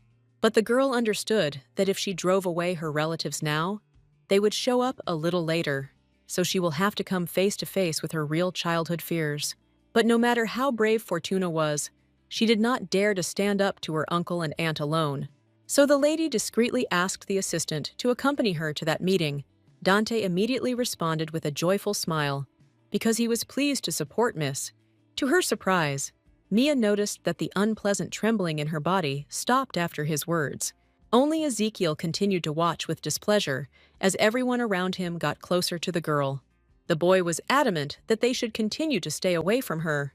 Meanwhile, the relatives were in full swing discussing what condition Mia was in now. They planned to take the girl with them in order to sell her later for good money. But the heroine was no longer inclined to obey her family, which was nothing but trouble for her.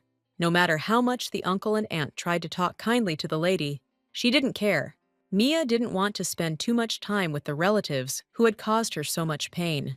The girl boldly stated that she had not invited the family to visit, so they should leave. But Gertrude still insisted that they were actually close to each other. But in reality, there was not a drop of pity inside the woman towards Mia. She blamed fortune for all her failures, because it made it much easier for her to live on. Since childhood, the heroine has become accustomed to the fact that she was the only cause of others' troubles. And now the lady involuntarily trembled all over with fear, being unable to resist her aunt. This is precisely what Gertrude took advantage of extremely skillfully, not hesitating to put pressure on her wealthy relative. But Dante couldn't stand this kind of treatment, so he stood up for his mistress. The woman didn't consider him to be anyone important because the guy was wearing cheap clothes. But with his announcement that they were living together, Van Dyke drew attention to himself. Of course, as a man and a woman, uncle and aunt could not ignore such a statement. Only Mia realized how out of context her assistant's words had sounded. It was not in Gertrude's interests if the boy and girl actually ended up in a close relationship. But Fortuna was not going to report any more to her impudent and greedy adult relative. No matter how hard the aunt tried, she couldn't present anything to the grown-up girl. The heroine wanted to end this meeting as quickly as possible because she was not happy with her loved ones. But Gertrude couldn't just leave her, as she needed the girl's marriage. Mia herself remembered that her aunt had previously spoken about some count who wanted her as a bride. But Gertrude had another daughter, so she could very well offer her to them as a replacement. The girl could not even imagine that that influential count wanted to see only her as his wife. The Murray family wanted to use Mia to better establish themselves in high society.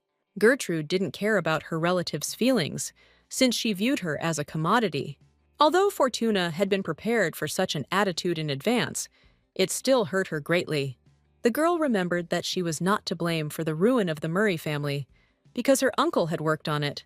The man suffered from alcohol and gambling addiction, which caused the budget to fall. But my uncle didn't allow anyone to speak rudely about his less-than-stellar character traits. However, this time Dante was not sleeping, so he reacted in time to the attack on his mistress. So the man got hit instead of hitting his poor relative. Van Dyck felt no pity for these people, who were clearly doing nothing good.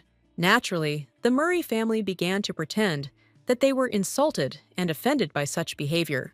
But even Mia couldn't sympathize with the arrogant and narcissistic aristocrats. As soon as the girl refused them, a whole bunch of unpleasant threats poured out in her direction. And only Dante was a ray of light for the lady, because he declared that he would take her as his wife in the future. This statement surprised the heroine so much that she even forgot to play along with her assistant. But what surprised Miss even more was that none of her relatives were impressed by this statement. Gertrude acted as if this wedding could never happen in her life. The whole point was that without their permission, Mia could not yet marry anyone. But Van Dyke personally didn't see any problem with this, since they could have waited a couple of years. The guy confidently stated that he respected Fortuna's choice and would always be by her side. This made Gertrude angry because she could not take into her hands what did not belong to her. It was high time for Mia to put her vile relatives in their place, but she never did. She was able to calm her aunt down only by saying that a noble aristocrat stood before her. The woman was not sure about this because Dante was dressed like an ordinary servant of the estate. But her husband turned out to be much more prudent because he remembered that Mia lived in a rich mansion. And only Van Dyke was next to her, and they found money for housing from somewhere. This circumstance forced Gertrude to shut her mouth for a while, so as not to bring trouble upon herself. But the woman quickly remembered the invitation to the ball that all the noble aristocrats had received. With her questions, she forced Dante to go there with Mia as his bride. The heroine could not have imagined that her aunt would be ready to go so far in her revenge. The woman did not calm down until she had caused as many problems as possible for her relative. As a result, the lady felt an awkward pause between herself and her faithful assistant. The guy wasn't obligated to save her, but once again, he helped her out of a bad situation. Mia wanted to think of a way to refuse to participate in the ball without embarrassing anyone. But it turned out that Van Dyke himself was interested in participating there, since he had never been there before. Fortune always thought that many girls would surely run after such a handsome guy. But Dante himself did not pay attention to the ladies around him, as they seemed unreal to him. And now, only in Mia did he see a suitable partner for himself, which he told her directly. As before, the lady felt embarrassed by the guy's frank confessions. The assistant thought it was ideal that none of them had attended such events before. After all, now both Dante and Mia could prepare for the ball under the same conditions. The heroine almost burst out laughing when she imagined a guy in an apron at such an event. Despite all the fun, Miss couldn't help but worry about the fake engagement between them. She wasn't ready to actually get engaged to the guy, even though he insisted on it. Like everything else in his life, Dante was not used to doing something only halfway. But such words from Van Dyke greatly embarrassed Mia, who was accustomed to a different attitude. The girl promised that even without a wedding, she could make a mess of the estate every day. But in fact, Dante had good reasons for proposing marriage to his mistress. It turned out that he had so many advances from the ladies that he needed Mia's fictitious help. Thus, both the heroine and her assistant could help each other without consequences. That is why it was to Van Dyke's advantage that Miss agreed to play the role of his bride. He reminded her that he wanted to go to the ball together, and Mia immediately understood what he was talking about. So the lady became even more enthusiastic about this idea, although she had no idea of the consequences. For a while, they agreed to be bride and groom, and then the future will show everything in more detail. Although, as a joke, Dante already promised that he would definitely grind any candidates into dust. Knowing the guy's character, Mia wasn't sure that he was really just joking about it. But our heroine would not have been the writer of this story if she had refused opportunities. This is how Fortuna and Van Dyck entered into a false semblance of a future marriage. A little later, the lady urgently hugged Toto as she began to worry about the engagement. But it was too late to change anything, since the fictitious conclusion had already been approved. She was afraid that Dante might soon meet his true betrothed, as depicted in the novel. In this case, the guy will hardly be able to refuse the attraction that will begin between them. It was these experiences that captured the mind of the heroine, who did not want to be alone again. If Van Dyck meets the princess, there is a high probability that he will immediately go to her, and the lady was afraid that, following the assistant, all the others would also quickly leave her in the estate. And in that case, Mia will have no choice but to stay in the mansion alone for the rest of her life. No matter how hard the girl tried to think positively, worries did not leave her mind for a single second. But now, Fortuna decided to deal with problems as they arose, because she didn't even know about the rules of the ball. And the ghost, who was reading relaxed in the shade of the garden, could well close all her problems in this vast area. Mia was genuinely worried that she might not be able to cope with her behavior among sophisticated aristocrats. That was why she so desperately needed Garciel to explain at least some basic etiquette. The ghost was interested in this request, because he could demonstrate his knowledge. He gave the girl an example of how one of the ladies treats her at a ball, with the hope that Mia will like the food. In this situation, the heroine would be 100% delighted at the opportunity to eat for free in high society. This answer deeply struck the spirit with its inappropriateness, for the lady was far from the elegance of the aristocrats. Matt had no idea how bad Fortuna was when it came to high society etiquette. In fact, it should have been said that any treat from that lady would seem incredibly delicious. The girl herself would not have guessed that at any moment her behavior could be ridiculed in various ways. The ghost had a whole tirade about this, because he personally knew all the subtleties of communication among people. In the end, the heroine couldn't stand such moralizing, so she ran away from Garciel in search of a better teacher. Pretty soon she came across Killian, who was training Toto at that moment. Mia hoped that this pleasant person would be able to help her with her issue, but it turned out that the knight had never attended a ball before, as he was of low birth. So Fortuna had to continue her search, because she urgently needed another etiquette teacher. The girl was not one to give up after a few failures, so she did not get upset so quickly. Mia doubted that Elward would teach her anything good, and she didn't want to bother Dante. Therefore, the lady was left with one last option in the form of Ezekiel, who was unhappy with her choice. Mia managed to surprisingly quickly appease the boy with compliments, which he was eager to receive. So, within a minute, the head of the magic tower changed his anger to mercy, agreeing to be an etiquette teacher. Ezekiel was rarely praised, although the boy sincerely enjoyed hearing any compliments directed at him. That's how easily and naturally Mia persuaded the magician to at least teach her something for the upcoming ball. It turned out that Fortuna didn't even have a suitable dress for the event, since she had never attended one before. And of course, Ezekiel could easily help the hostess in solving this difficult issue. Suddenly, the boy himself realized that he was beginning to succumb to the incredibly friendly charms of young Fortuna.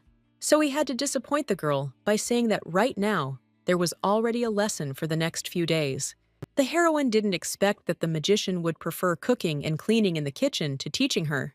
She imagined with horror how she would deal with these matters herself, without the paperwork.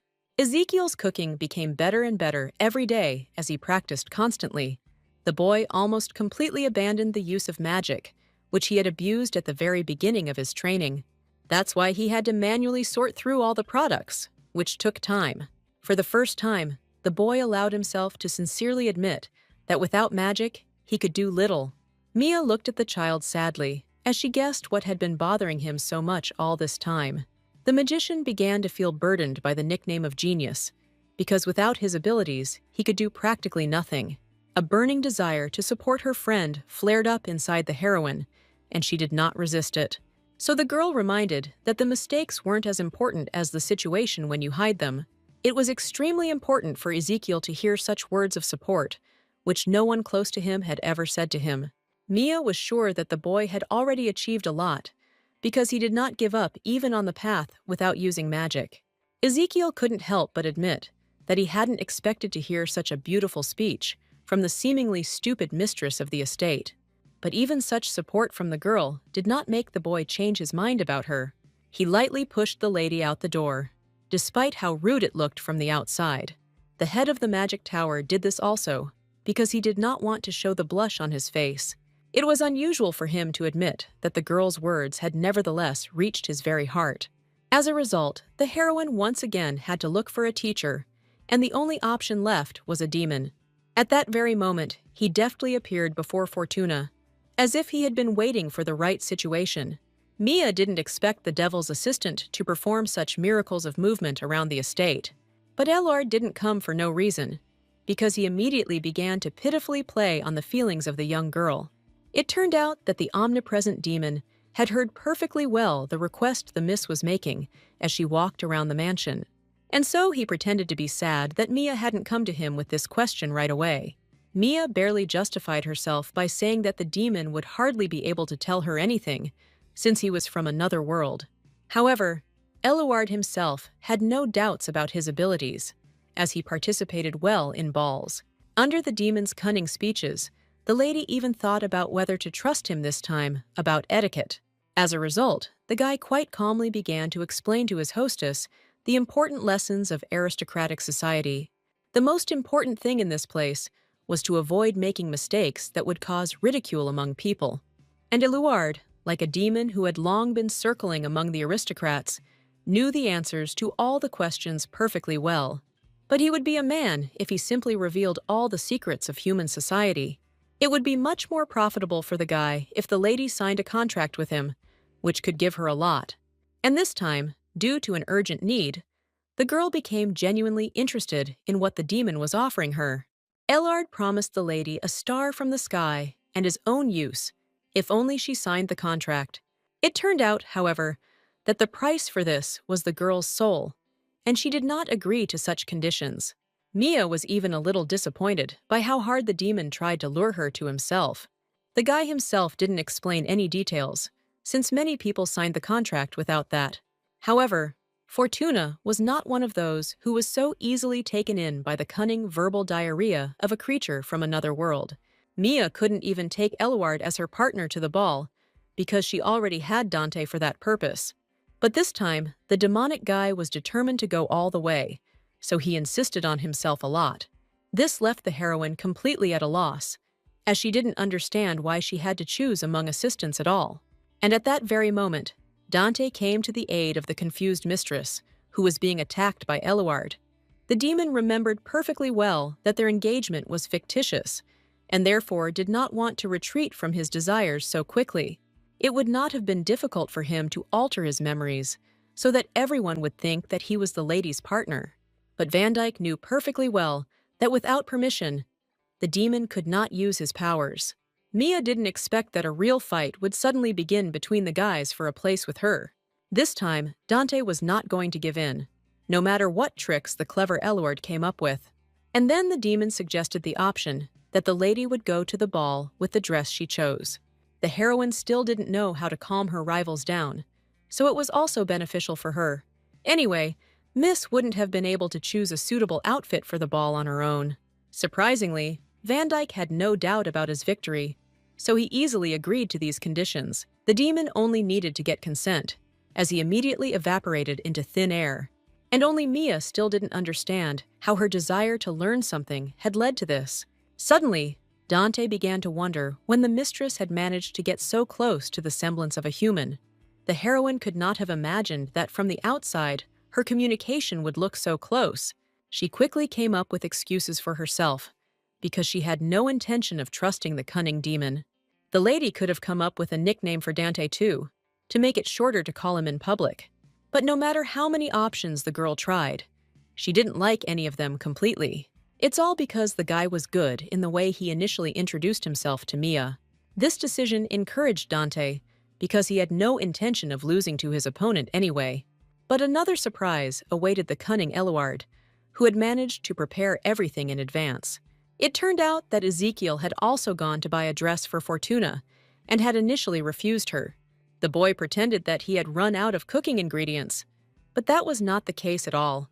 This is because the head of the magic tower believed that he also had the right to participate in the selection. The lady did not expect that each of her acquaintances would be forced to attend the ball. It was only now that she realized how much Van Dyke had neglected his duties. But Eluard didn't give the girl time to think, because he was impatient to start trying on the clothes. But the first versions from the demon barely resembled clothes, let alone a dress.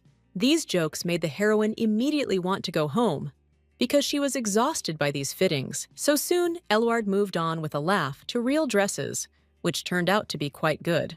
However, even so, Mia got tired pretty quickly, since she hadn't previously participated in choosing an outfit. But the mad demon did not let go of the lady until the very end, since she had not tried on all of his dresses. Dante tried to silently observe everything from the sidelines, although he sincerely believed that his options were better. Seeing the boy's participation in this farce, Ezekiel became noticeably angry with him for it. Van Dyke looked coldly at his friend when he reminded him of the order from the crown princess. In fact, Dante had no intention of fulfilling that strict task for the workers from the very beginning. Ezekiel didn't expect that he was the only one who had strictly adhered to the rules of attitude towards the task until now. The magician didn't relax for a second, because the demon inside Mia could wake up at any moment. But he could not predict the question of whether he would be able to kill the sweet and cheerful Fortuna. Dante had long ago decided for himself that the first thing he would do in that situation would be to try to save the lady. Ezekiel stubbornly defended himself, declaring that he would have no problem killing the girl when necessary. But her warm and supportive smile still stood before his face at that moment. Remembering this, the boy was no longer so sure of his serious intentions to kill. He watched Mia from the side, whose behavior did not foreshadow any catastrophe. The girl, like a completely ordinary person, was angry at the demon for his jokes about her outfits. So Izia began to doubt more and more whether there really was a demon sleeping inside her. Moreover, Van Dyke was sure that the princess's prediction about the future would never come true. Soon they had to return to Mia's clothes, who was able to pick out a beautiful dress. Both guys were amazed at how much the girl's appearance changed because of the outfit. But the heroine herself was not happy with this dress, because it was too heavy for her, while Eluard continued to insist that his choice had always been impeccable. However, this time Mia felt like she couldn't even turn around because of the weight of her dress. Then Dante entered the game and invited the girl to try on the option he had chosen. She ran off into the fitting room with interest, while Ezekiel was surprised at the necessity of these actions. The boy desperately insisted that he had come here only to talk with a friend, which had already taken place. But the guys were distracted from their discussions by the cheerful Mia, who was delighted with this outfit. The demon couldn't believe that he had lost so quickly in just one option. But the girl had no time to explain why she ultimately chose clothes from Van Dyke. So Eluard had to accept defeat, which he hated more than anything in the world. But Dante knew Mia better from the start, so he was able to easily win over his friend. As he was leaving, the demon made a few nasty jokes that slightly stroked his ego.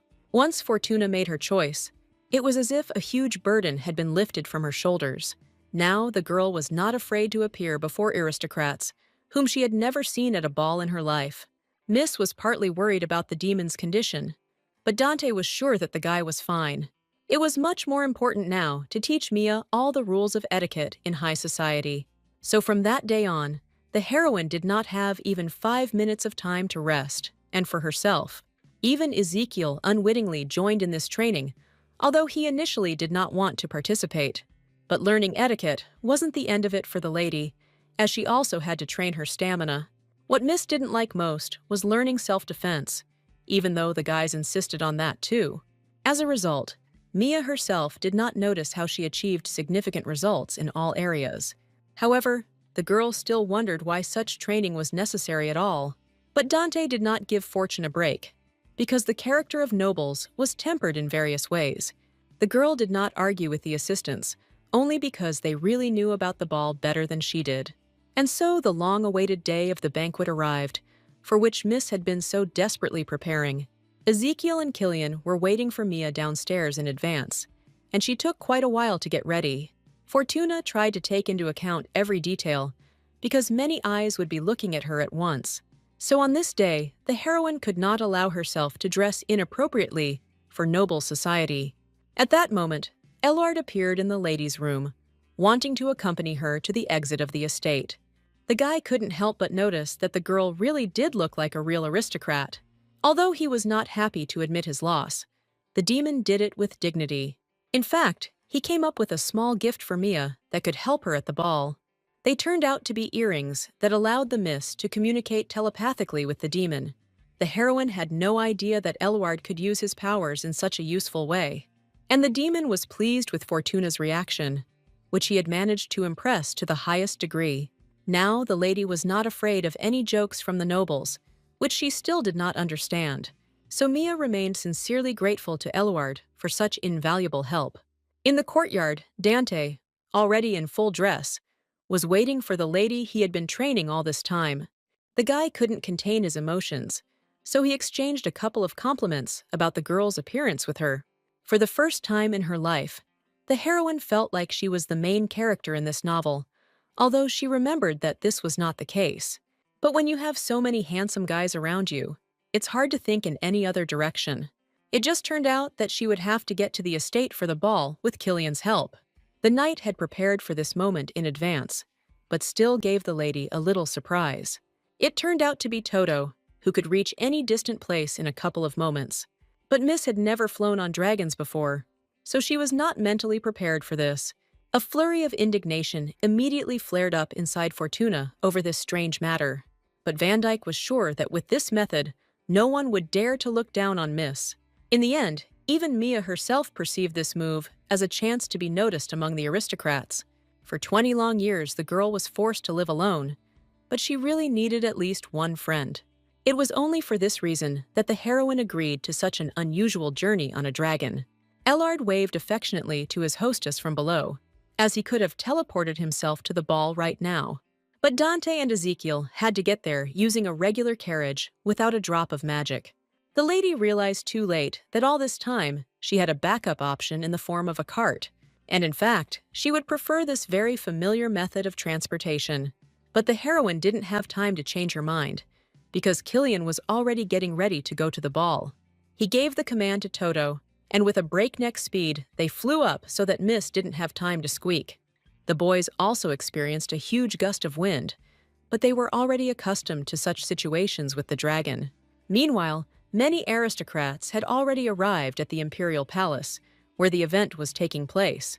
But none of them could have imagined that one of the ladies would suddenly arrive on a real dragon.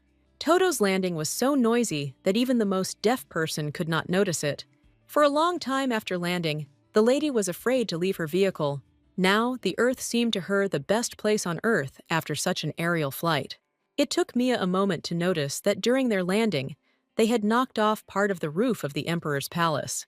This was noticeable even to the naked eye, as the damage was quite extensive. But Killian didn't worry about it, because he had done so much for the Empire that he could be forgiven. By this time, Ezekiel and Dante had already arrived at the place with the help of the cart, and the magician was shocked by the appearance of the hostess. After such a flight, both she and Killian looked as if they had not been through their best days. The heroine experienced such a strong shock that she could not properly explain what had happened to her. But the boy had the most complaints about the knight who could protect them both with his aura. As soon as the heroine heard this, her endless fatigue was replaced by well-deserved anger towards her assistant. Even Eluard did not expect that air travel would be so difficult for the girl. However, with the help of his magic, the demon easily corrected all the shortcomings acquired during the flight. But Dante was pleased with the impression the girl was able to make on the aristocrats around her. This is exactly what the lady was initially counting on, because she wanted to find friends in the new society. So Mia was the first to cheerfully greet the people standing near her. But, contrary to the heroine's expectations, no one dared to say anything to her in response. So, from the very first moments at the ball, Miss suffered a real defeat, which she experienced bitterly. Only her close assistants consoled the lady a little by being constantly by her side. Dante's main goal for today was to make sure Mia didn't have the opportunity to be sad for even a minute. Therefore, soon, the whole company entered the main hall of the palace, where the ball would take place. Unfortunately for the heroine, her relatives were already inside and were eagerly awaiting her arrival. Gertrude had hoped that Mia would not be able to attend the banquet due to her low status. But the girl's appearance was opportune for the woman who was going to introduce her to a potential groom. It was important to Murray that the lady pleased the Earl, as he was closely related to the church itself. But Fortuna didn't care about status, so she wasn't interested in this option. Count Kaiden Draxler's appearance could impress crowds of girls who adored real men. But he made no impression on the heroine, since she had different tastes. The man turned out to be an unusually polite and courteous person, but even this did not melt the lady's heart. What outraged the heroine most was that Kaiden decided for her that they would definitely get married. But the lady had not at all planned to build such an important relationship with a stranger. But fortunately for the girl, Dante immediately stood up for her and identified himself as her fiancé. At first, Draxler reacted coldly to Van Dyke, as he did not immediately recognize his identity. Meanwhile, the assistant was widely known in aristocratic circles to all people. That was why Kaiden was so happy to see the great mage, whom few had ever had the chance to talk to. The only thing that bothered him was that the guy introduced himself as a competitor, since he was Fortuna's fiancé. However, Draxler would not be a warrior if he so easily gave in to this unequal battle of the suitors. He honestly admitted to the girl that he wanted to be the second contender for her heart, right after Dante. But Mia didn't approve of this attitude, since she didn't even need the first groom. To the heroine's surprise, it was Eluard who stood up for her this time, something the lady could never have predicted. It turned out that the guy could not give up the position of the second groom, because he was sure that he himself occupied this position. Mia had no idea what Eluard, whom she didn't even have time to stop, was planning again. And the guy confidently stated that Killian and Ezekiel were also candidates for the groom right after him. Mia was frightened when she noticed how tense the rich count's powerful muscles were. But it turned out that the guy was delighted with the generosity of the girl, who was ready to accept everyone into the family. This finally convinced Fortuna that she should not have gotten involved with this man. No matter how rich Draxler was, it was only important to the girl's unpleasant relatives. Therefore, she honestly admitted to the man that she did not consider him as a future groom. And for the heroine, the reason was extremely simple and consisted in the fact that the man was the hairiest representative. The girl shuddered at the mere thought that she would have to live with such a woolly husband. For the first time in his life, the reason for refusal was Kaiden's personal pride, because he loved all the hair on his body. No aristocrat had ever dared to raise such a problem before, so the Count was not at all worried. He wasn't ready to give up his hair for the girl, since no one in his family ever shaved. That's how Mia and Kaiden's love story ended. Even before it had even begun for either of them, the man accepted with dignity the fact that he was not destined to live with Fortuna. The girl's family was against this decision because they had to return the Count's gifts. The head of the family, who had managed to spend almost all of his money on gambling, was most worried about this. Murray's wife had spent just as much on fine clothes as he had, so they had nothing to return. So the relatives quickly disappeared from sight as they ran after the rich and generous Draxler. The heroine could only hope that she would not see these unpleasant people for a long time. As soon as the main event began, The lady noticed that Dante had become suspiciously silent, but the guy himself diligently pretended that nothing terrible had happened to him recently. Although even the inattentive Mia could see that Van Dyke was quite offended by something, Miss could not be offended by the assistant in response, because his face was sweet even at such moments. It turned out that the guy was unhappy with the appearance of 3 more eligible bachelors in his hostess's life. He was sure that this place was destined only for him, but fate had decided things much more unpleasantly. Therefore, the assistant sincerely did not understand whether he alone was not enough for Miss. The cunning demon stated in time that Mia did not deny his words at the right moment. This is how the heroine found herself guilty of something in which she herself did not really want to participate. It would have been more logical if Dante had asked all these questions to his friends who supported Eluard. Ezekiel and Killian stubbornly pretended that they were not involved, but they were also part of the dispute. The head of the magic tower said that this was the only way to quickly resolve the issue, and his words seemed logical to the girl, so she no longer suspected her friends. But it turned out that the knight personally took part in the competition because he did not like to lose. The guy would never in his life allow himself to be placed lower than his demonic comrade. After all, the knight had never taken the last place anywhere before, so he didn't know what it was. So all the guys started quarreling among themselves again, as no one wanted to be the last one. To Mia herself, this argument seemed pointless, since she was not considering anyone as a suitor. Fortune was only worried about Van Dyke, who seemed increasingly sad from his friends' conversations. The heroine suddenly had the thought that the guy could simply be jealous of her towards them. But at that moment, beautiful music spread throughout the hall and distracted the lady's attention. Only now did she realize that it was time for all the aristocrats to dance. The girl was not mentally prepared to dance, but she still had no other choice. Dante admitted that he would like to receive the first dance from the hostess, since he was her faithful assistant, and Mia didn't have a single objection, because this guy really helped her a lot. But then Eluard intervened in the conversation, who also believed that he had the right to the first dance. Only Van Dyke remembered that the ladies were supposed to dance first with their partners, but the demon didn't consider this a problem, because if Dante died, he would be first in line. This is how, by chance, former friends turned against each other again because of a girl, and the heroine could not reconcile them, since she herself was the cause of constant quarrels. In the end, the demon decided to leave the responsibility for the decision on the owner of the estate herself. He smiled widely, as he was sure that Mia would definitely choose him. But Dante did not back down from his rival, wanting at all costs to get Miss's first dance.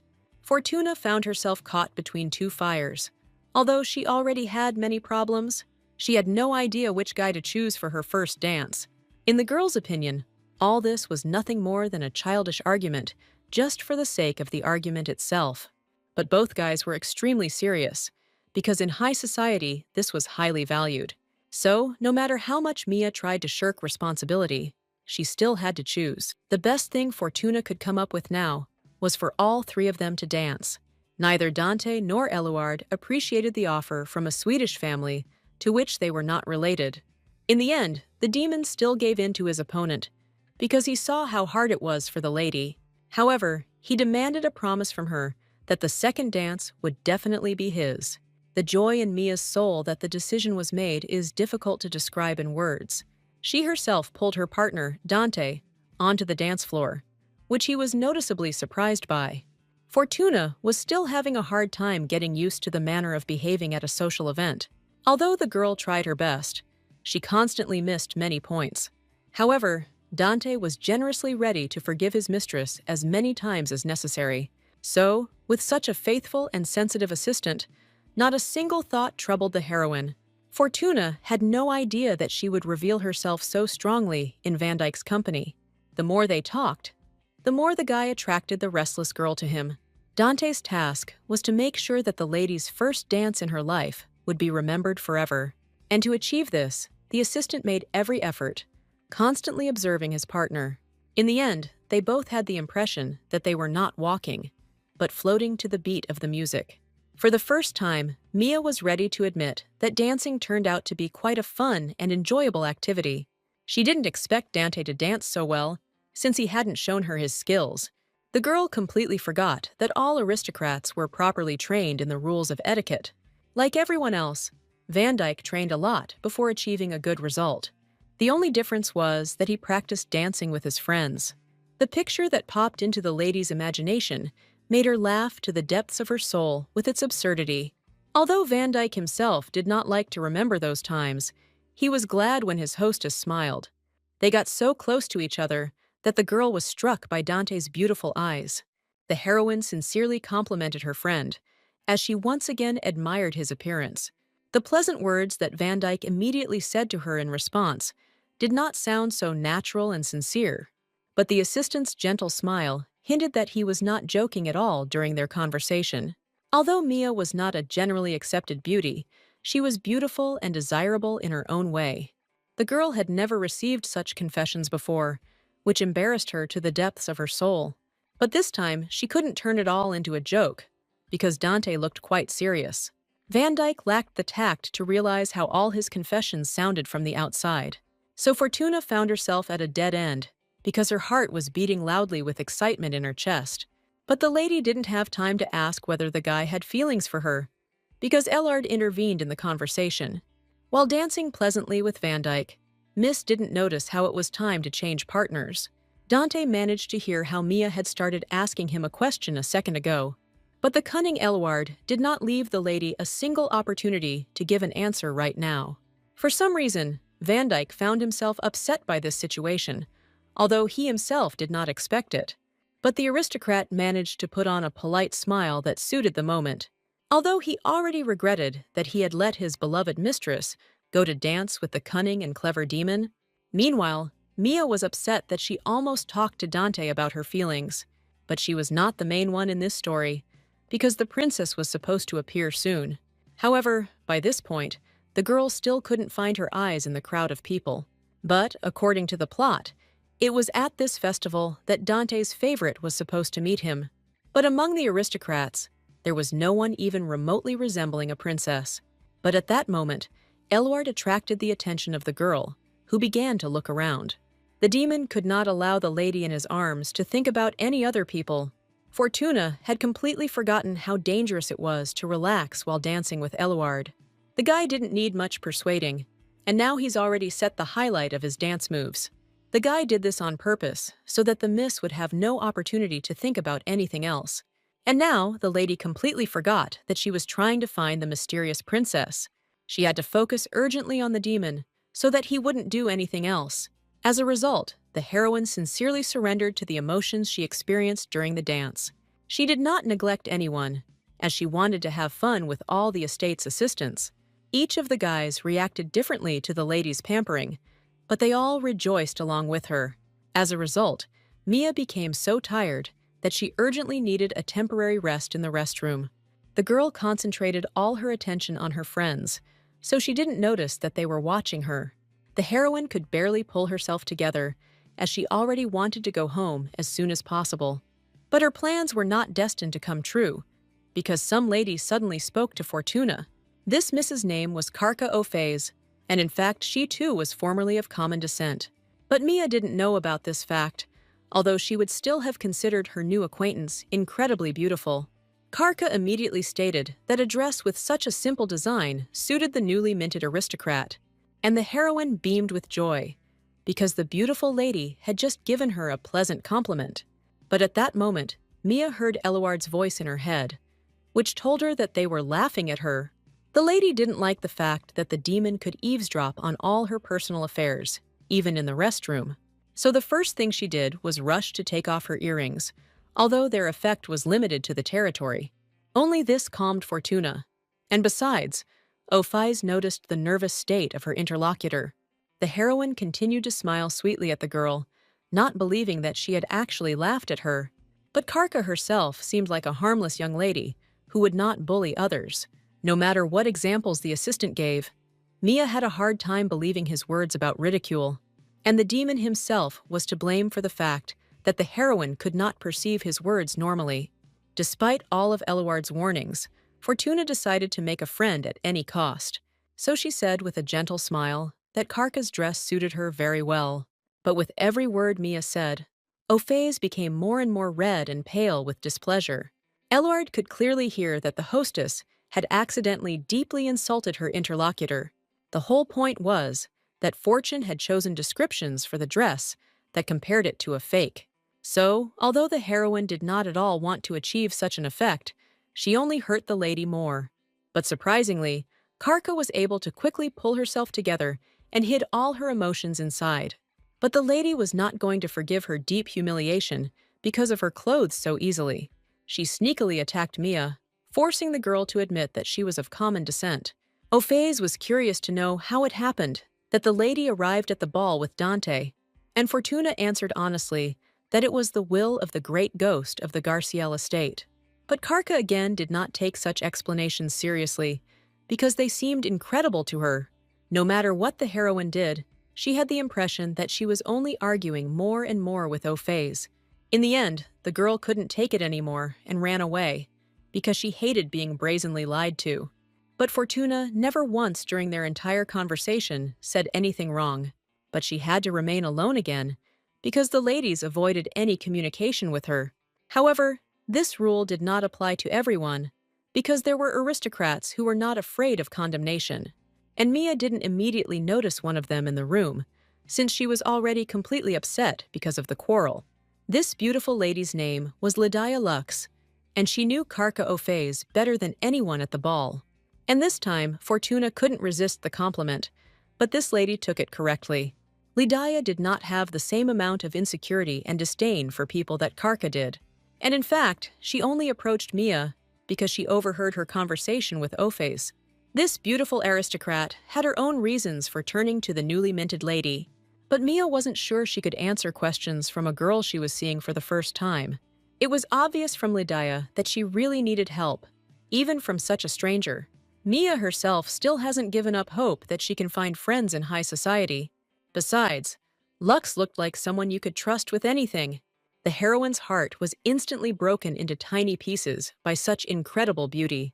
But before making a decision, she contacted Eluard, as she would need his help. Only after this did Fortuna announce that she would not be opposed to a short conversation with the aristocrats. In response, the girl earned another truly beautiful smile from the charming Lita. And so, without even noticing, Mia found herself for the first time in the pleasant company of aristocrats. Navy Cerise, who could also boast of her beauty, was also in this company. Lydia briefly introduced both girls to each other to create a pleasant atmosphere. Just in case, Mia stated her name again and reminded that she was an ordinary commoner. The girl didn't expect that these ladies wouldn't care what her status was. This made the heroine wonder even more why the aristocrats had invited her to talk. It turned out that the whole thing was about how Fortuna responded to Karka's comment on her dress. Until now, Mia didn't believe that Ophis had actually laughed at her, but Lydia confirmed it, and the girls accepted the new lady as a friend, as her bold and honest answer amazed them.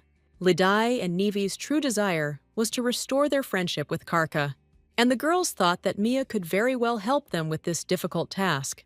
More than anything in the world, the heroine wanted to accept this modest offer of friendship. However, Fortuna understood perfectly well that she would do wrong if she became their friend. No matter how much Lux tried to persuade her, Miss didn't believe that she could return Karka to them. After all, it was she who became the cause of Ophase's final upset after their short conversation. For some reason, the aristocrats continued to be stubborn, wanting to see Mia among their friends. And exactly at that moment, that same Karka appeared in the room, as she was looking for Lydia and Nevi. The presence of a lady she didn't like in this place came as a real surprise to her. Fortuna realized too late what an embarrassing situation she had so frivolously gotten herself into, and only Lux remained calm, hoping that Mia would be able to find the right words. However, Karka reacted extremely negatively to her new acquaintance, who had recently insulted her. The only excuse Mia could come up with was that she had been invited to this meeting by others. But what outraged Ophase most of all was that a girl of common blood was allowed into the company of aristocrats. Lydia calmly reminded them that they never judged their friends by their status or wealth. And Karka had nothing to say in response to this, because otherwise her friends would not have communicated with her. Only now did the heroine learn from Eluard that Ophase was actually the same as her. The assistant did not admit where the information came from, but he assured me of its veracity. In the end, Mia stood up for both herself and Karka, saying that they were worthy of the invitation. But Ophase couldn't stand the fact that someone else was smarter than her. Until the very end, the lady indirectly insulted Fortuna, although she had done nothing bad to her. Suddenly, the girls heard cheerful laughter nearby, so they had to stop arguing. An unfamiliar lady appeared before Mia, who was the princess of the empire named Alexis Chartasen. Only the heroine did not recognize the heir to the throne, since she had never met her before. But all the other aristocrats quickly reacted and bowed politely to the ruler. Only thanks to this did Mia find out who exactly she had the honor of talking to now. In the story, this lady was famous for her abilities, thanks to which she rose to the throne. The heroine was too carried away by thoughts about Dante's love and completely forgot about her relatives. Only this time, for some reason, Eluard did not answer how Mia should behave with the heiress. The girl noticed the awkward silence between them, but had no idea how to fix it. Only Lydia suggested to Fortuna that she should not forget about communication etiquette. Mia remembered too late that she had failed to show respect to such an important person. However, the princess did not even think of being angry with the lady, including because she had heard a lot about her. In this acquaintance, Alexis pursued her own goals, which she did not intend to reveal to anyone. Even the heroine, who read the plot of the novel, had no idea about the princess's true desires. Chartanes gave the girls permission to be informal, accompanied by a silly joke. Mia didn't expect Alexis to act so carelessly in front of others, but the other ladies highly appreciated the princess's wit, understanding her clever play on words. Altogether, they began to laugh loudly, but only to appease the heir to the throne. This whole situation seemed extremely stupid to Fortuna, but she could not admit it.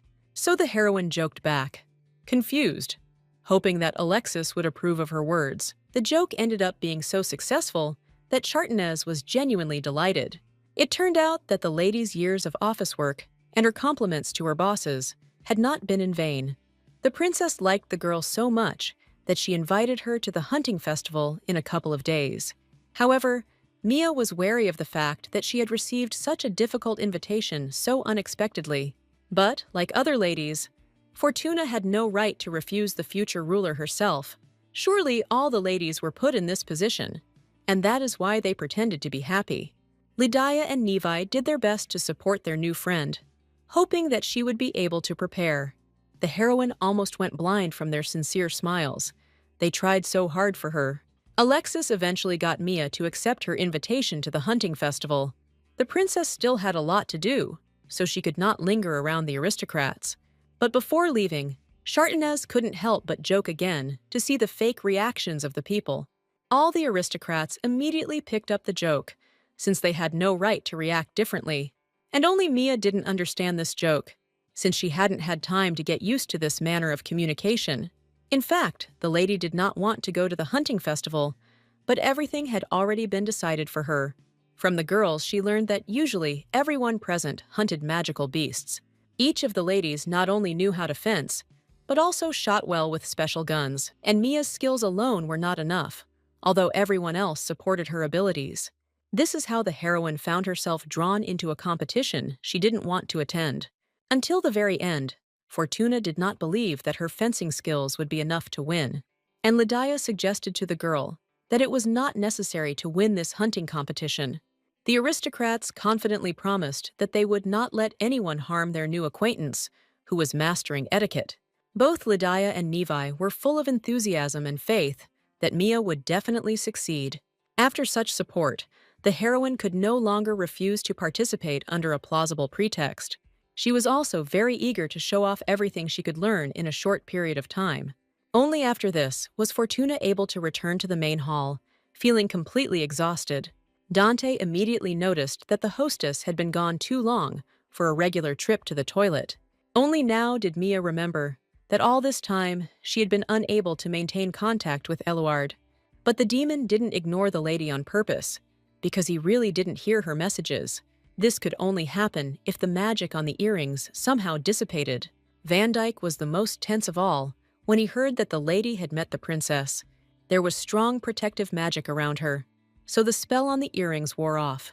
Only the faithful assistant was concerned that Mia had recently spoken with Alexis.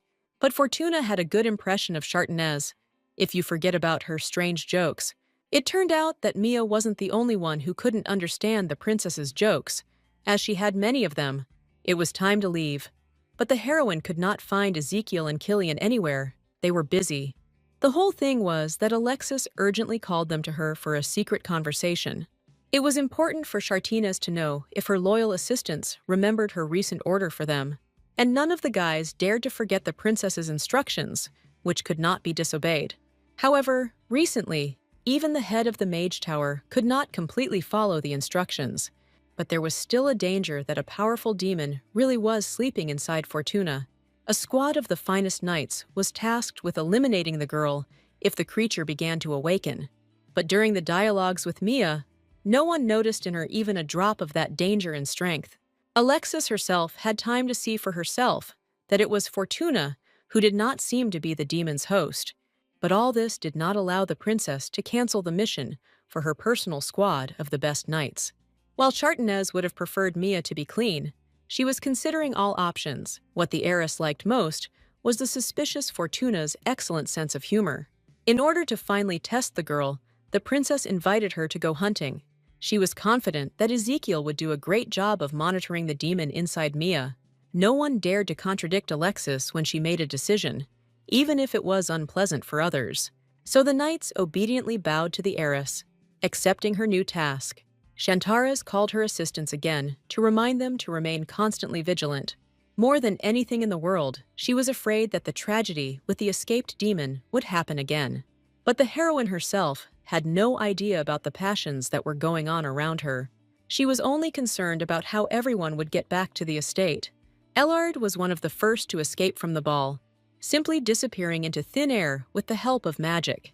Mia didn't even have time to ask him to take her with him, so that she wouldn't have to shake on the trip again. So the lady had no choice but to return home in an ordinary carriage. But as soon as she turned to Ezekiel, the boy noticeably darkened, thinking about his task. The heroine didn't know what exactly was troubling him, but she was genuinely concerned about this situation. She took liberties and put her hand on the guy's head to check his temperature. Only in this way did the girl become convinced that, physically, everything was completely fine with her friend. But such caring actions only made Ezekiel's heart heavier, because the task was still there. He immediately remembered Dante's recent question about whether a magician could kill a girl without thinking. But these worries were countered by the stern face of the princess, who would not tolerate defeat.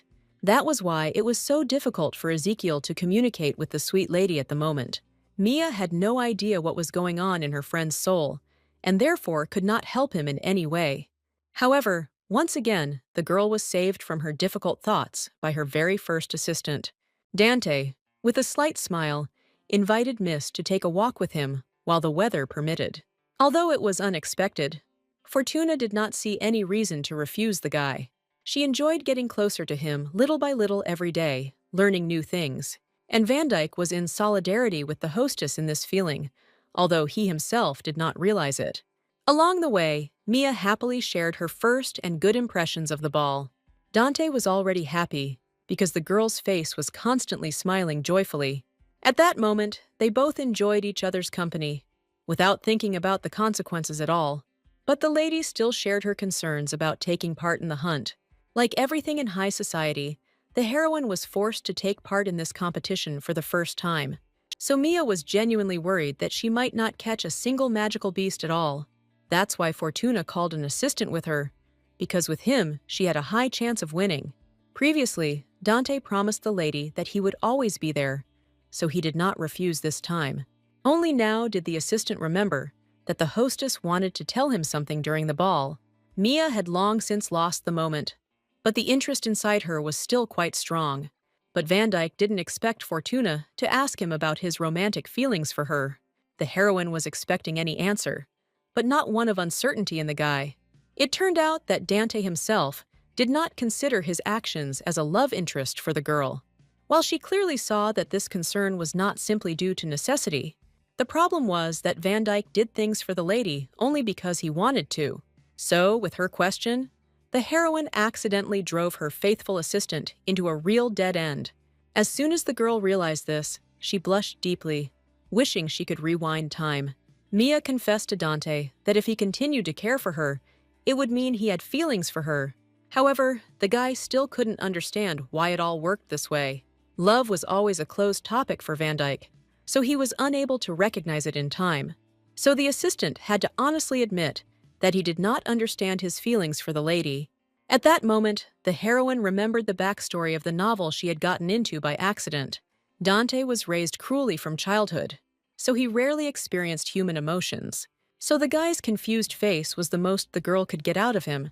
Suddenly, Mia felt sorry for this man who had done so much for the good of the Empire.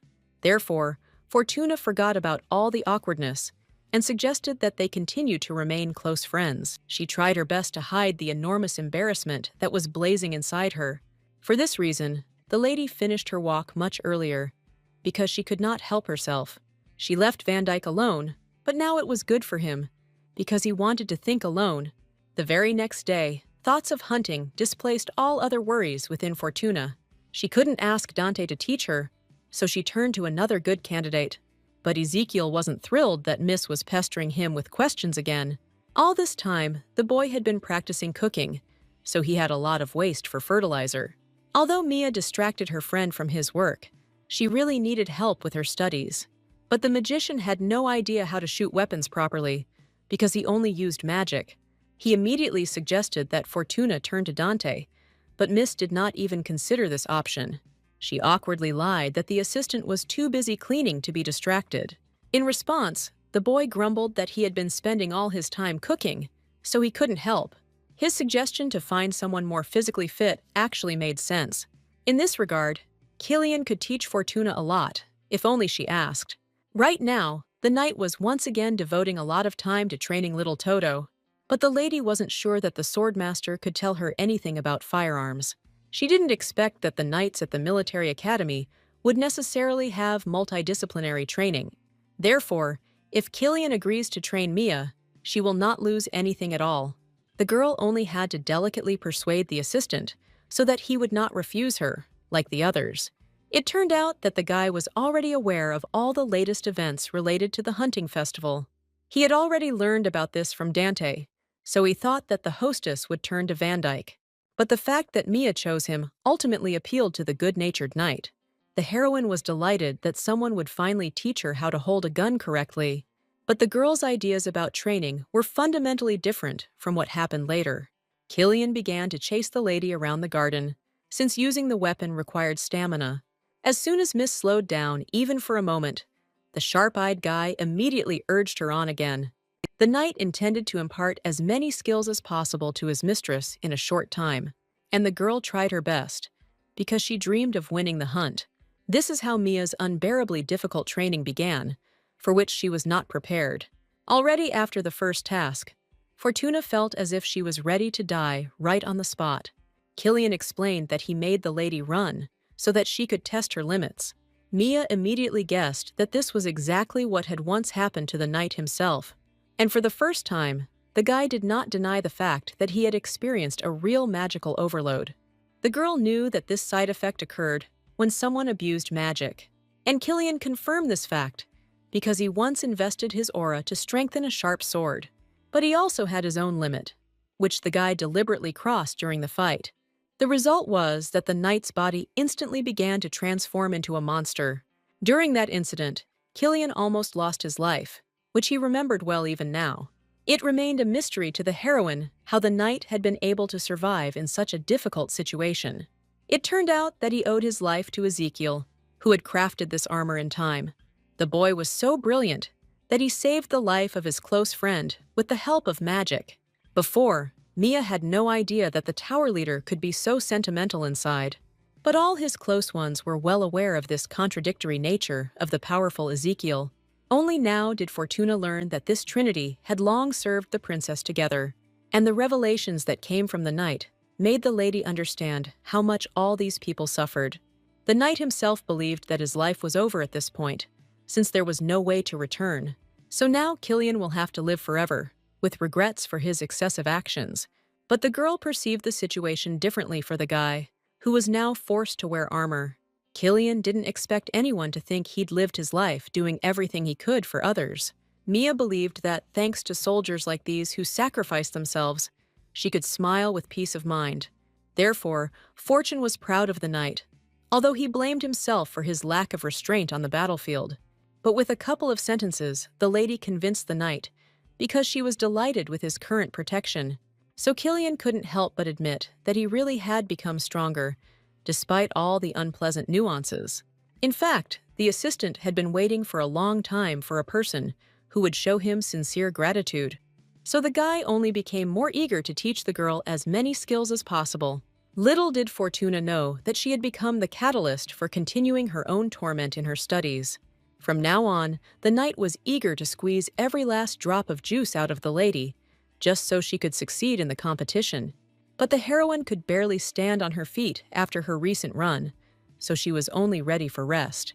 But any objections were not accepted from Miss, because that's what her updated strict teacher said. Killian reminded her that at times like these, the girl was building up her muscles, so she had to keep training. As much as Mia objected, her wishes were no longer taken into account in this difficult training. Thus, Fortuna signed her own death warrant by devoting all her time to grueling training. The knight even made sure that Mia could improve her imperfect balance. The guy was deliberately being cunning during the training, constantly increasing its duration for the girl. As a result, the heroine was completely exhausted and dreamed of at least one glass of clean drinking water.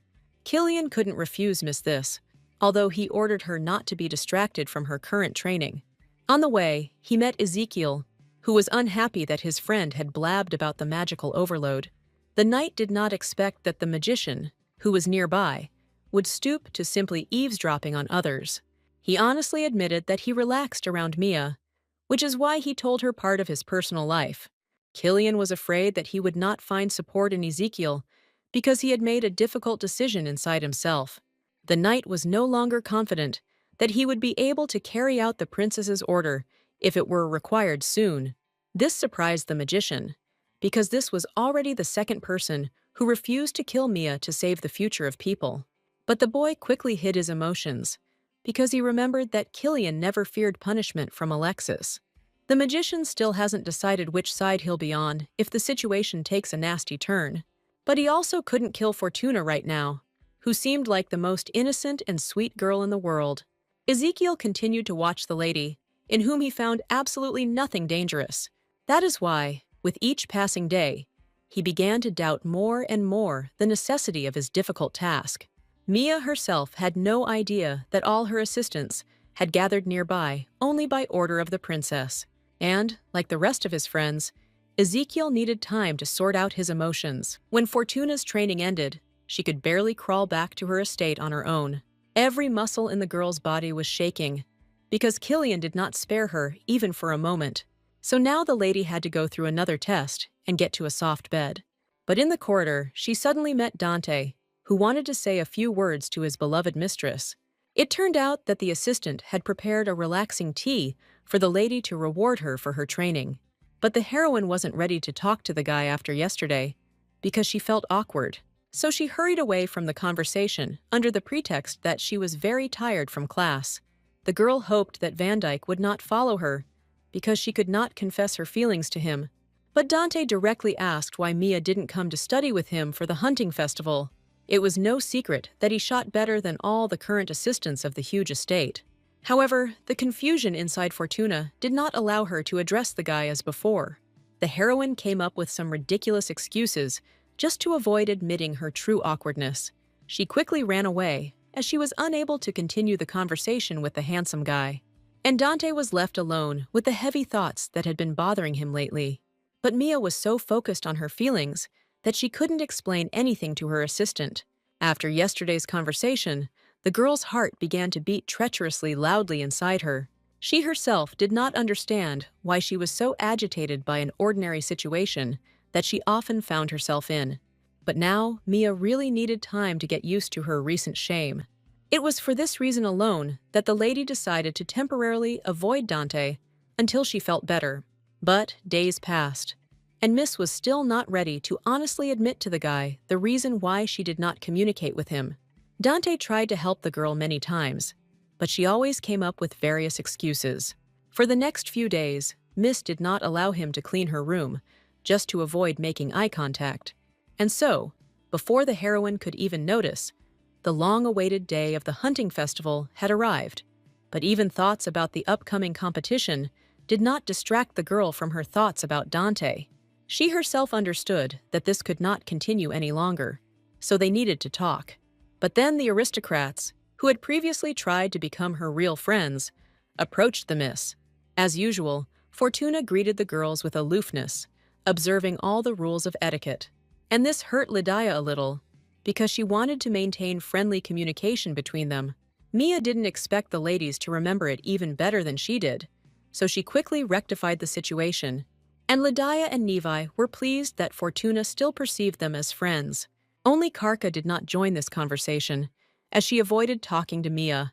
But even so, the aristocrats noticed how much stronger Fortuna had become over the last few days of training. Before the festival, the lady really trained as if she didn't feel tired at all, and she was glad that even from the outside, it was clear that her training had produced good results. But this conversation was not destined to last long, because Dante entered the girls' tent fully armed. The guy amazed everyone present at first sight with his incredible beauty and elegance. It was no trouble for him to confuse everyone around him, although the assistant himself was not aware of this strange nuance. But he noticed that Mia's face was covered with an incomprehensible blush, to which the heroine had no clear answer. Fortuna's friends warmly noted that she looked good next to her fiancé. Therefore, the lady had no choice but to continue playing the role of being in love with Van Dyke. Although Mia herself would have preferred to talk about other topics that would not embarrass her so much. But it turned out that numerous rumors had already started circulating about the heroine's ideal suitors. Moreover, someone was sure that there were at least 200 of them, and all of them were madly in love with the girl. Fortuna had no idea that the little lies her friends told at the ball would lead to rumors that would be so far from the truth. But Mia was saved from confession by Dante, who expressed a desire to talk to her alone. But this was not part of the lady's plans, as she was not ready to talk to the guy. As soon as the aristocrats left, an awkward silence fell again between the two good friends, and Fortuna could not help herself because she was still embarrassed in front of her faithful assistant. She was grateful to Dante for starting the conversation first, even though it was an attack on her. In the last few days, the heroine really did desperately avoid Van Dyke, which could not be hidden from him. The assistant himself had no idea that that short conversation after the ball was to blame for everything. He was only worried that his mistress no longer liked him. But that was far from the truth, as Mia reported. Only now did Fortuna find the strength to honestly say that she ran away from her friend only because of the awkwardness inside. She had no idea what kind of reaction this would cause in the guy, so she had been wary for the last few days. But Dante, with a gentle smile, asked the lady never to avoid him again because of such strange little things. He was genuinely sad that there had been a long-term misunderstanding between him and the lady. Mia took the first step towards application and promised that she would discuss any questions in the future. This visibly pleased the guy, who himself had no intention of hiding anything from his beloved mistress. In fact, he didn't come for no reason, because he had a nice gift for the girl with him. It was a locator specially created for this moment, which showed the location of the carrier. But the lady did not understand why Dante gave her such a thing, because she would never be alone at the competition. But the assistant was so worried about Mia that he wanted to provide every possible safety measure. He was ready to rush to Miss at any moment if the subject reported that something was wrong with her. The girl's heart felt warm just from this, so she completely forgot about the awkwardness. Then the rest of the assistants came to the hostess's tent, and they also didn't come empty-handed. But Fortuna was horrified, not delighted, at the sight of Killian's nightmarish gift. The guy himself didn't see any problem in bringing a real skull for Fortuna as a helmet. He was sure that this thing could save the girl's life in many situations, because it was strong. But Mia did not share her assistant's feelings, as she shuddered at the mere sight of the helmet. While the knight advertised this cool item in various ways, Against Fortune's wishes, he placed a strong helmet on her head, causing the lady to almost fall down. The weight of the helmet was so enormous that Mia could not lift her head to a natural position. Therefore, the lady suggested an alternative to the skull in the form of decorating one of the walls of their huge estate. In any case, the girl was only glad that the assistants tried so hard for her. But the surprises didn't end there, because Ezekiel also presented the lady with a small magical gift. The boy made everything so that it was impossible to determine the magic in this object at first glance. And only when the heroine put it on did she understand the beauty of this unusual gift.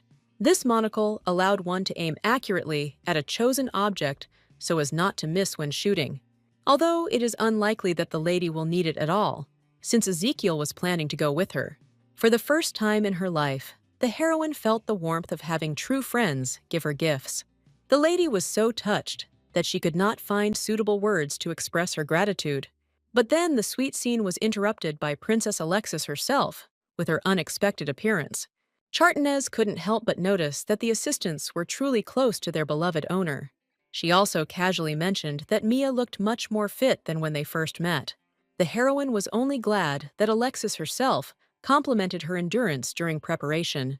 The princess no longer felt that she had been wrong to invite Mia to participate in a hunt for which she was not ready.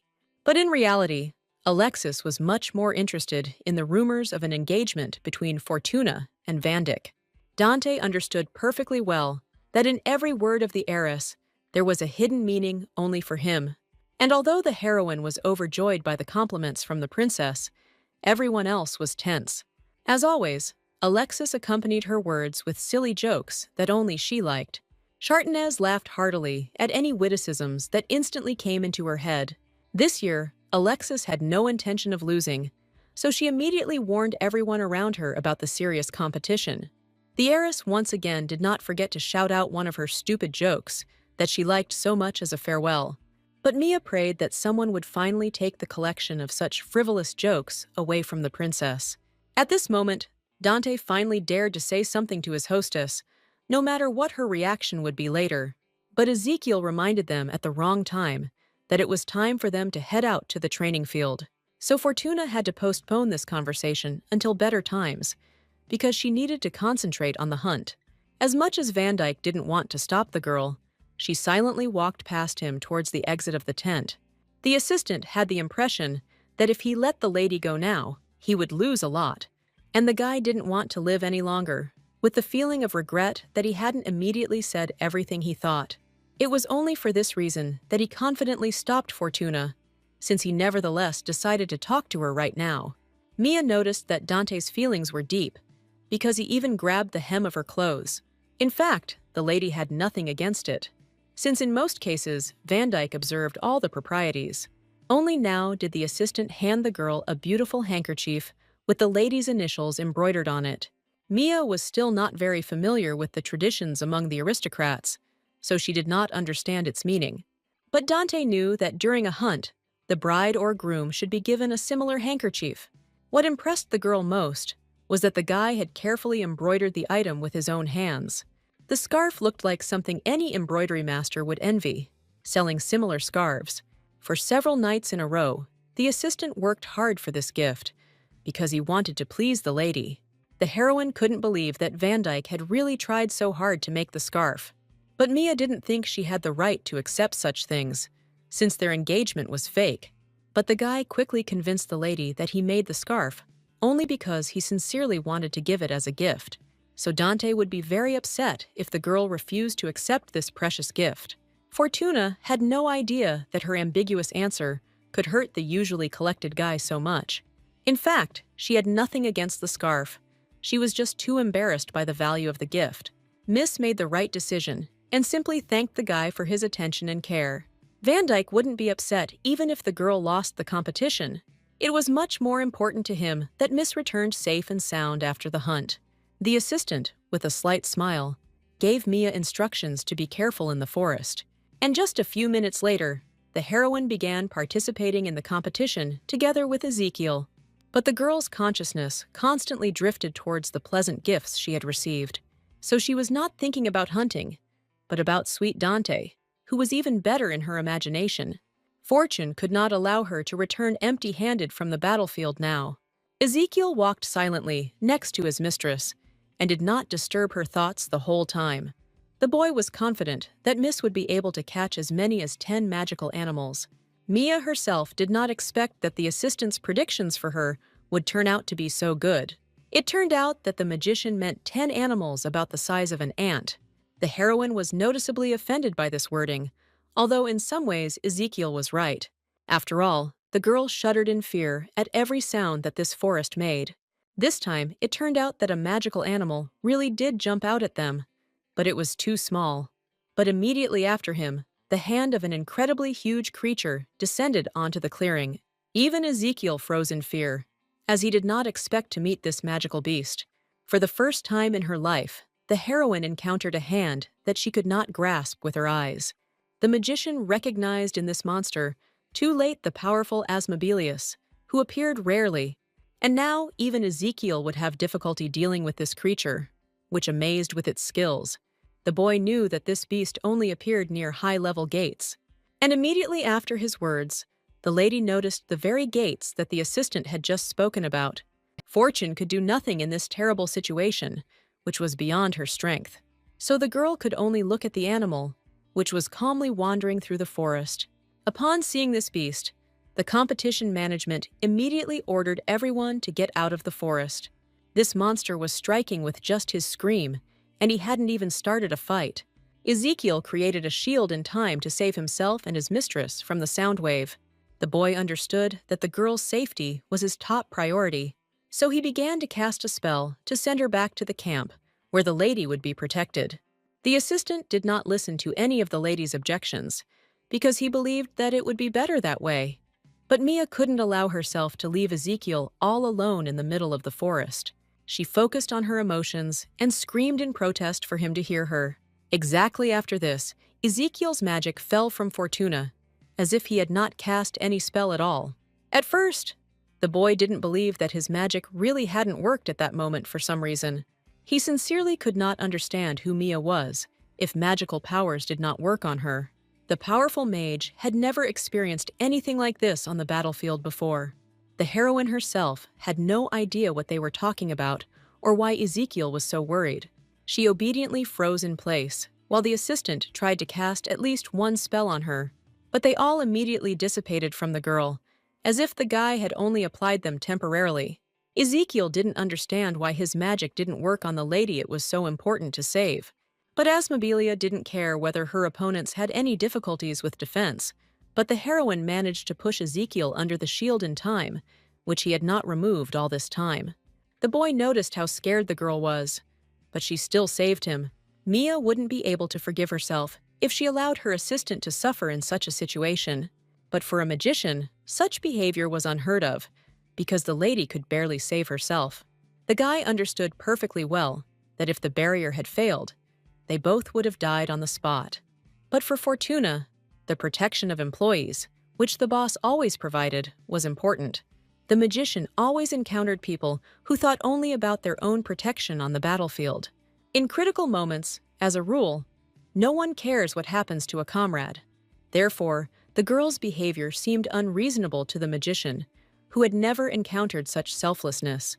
But he didn't have time to think, because the monster let out a loud and dangerous cry again. Asmodeus was preparing to attack again, and this time the shield would not be able to protect his friends. But, as before, Mia quickly covered Ezekiel with her body. Although she could not do anything, all she could do was pray for salvation, and soon it came just in time. Dante noticed on the locator that something was wrong with his mistress, so he quickly came running. Never before had the lady been so delighted to see a faithful and strong assistant. He wisely took Killian with him, who was also skilled on the battlefield. The only thing Van Dyke couldn't understand was why Ezekiel didn't send the lady to safety. So the boy had to admit that his magic didn't work on Fortuna. This once again confirmed to Dante that Mia was indeed different from the average person in the Empire. But they didn't have time to discuss this topic, because new monsters were coming from the gate. The open gates generously showered the surrounding area with creatures of various shapes and sizes. But, fortunately for our heroes, they could easily deal with these creatures. Dante quickly shot down anyone who dared to approach his group from the depths of the forest. It was clear to everyone that it was necessary to close the gates that were spewing out monsters as quickly as possible. Ezekiel took on a defensive mission for himself because Mia was in great danger in this place, and Killian promised to provide worthy support for Van Dyke so that he would not be stabbed in the back. The knight turned out to be such a powerful swordsman that he dealt with his enemies without any problems. With just a couple of swings of his sword, he tore some of the most unpleasant monsters to pieces. Dante, meanwhile, focused his magic entirely on closing the huge gates.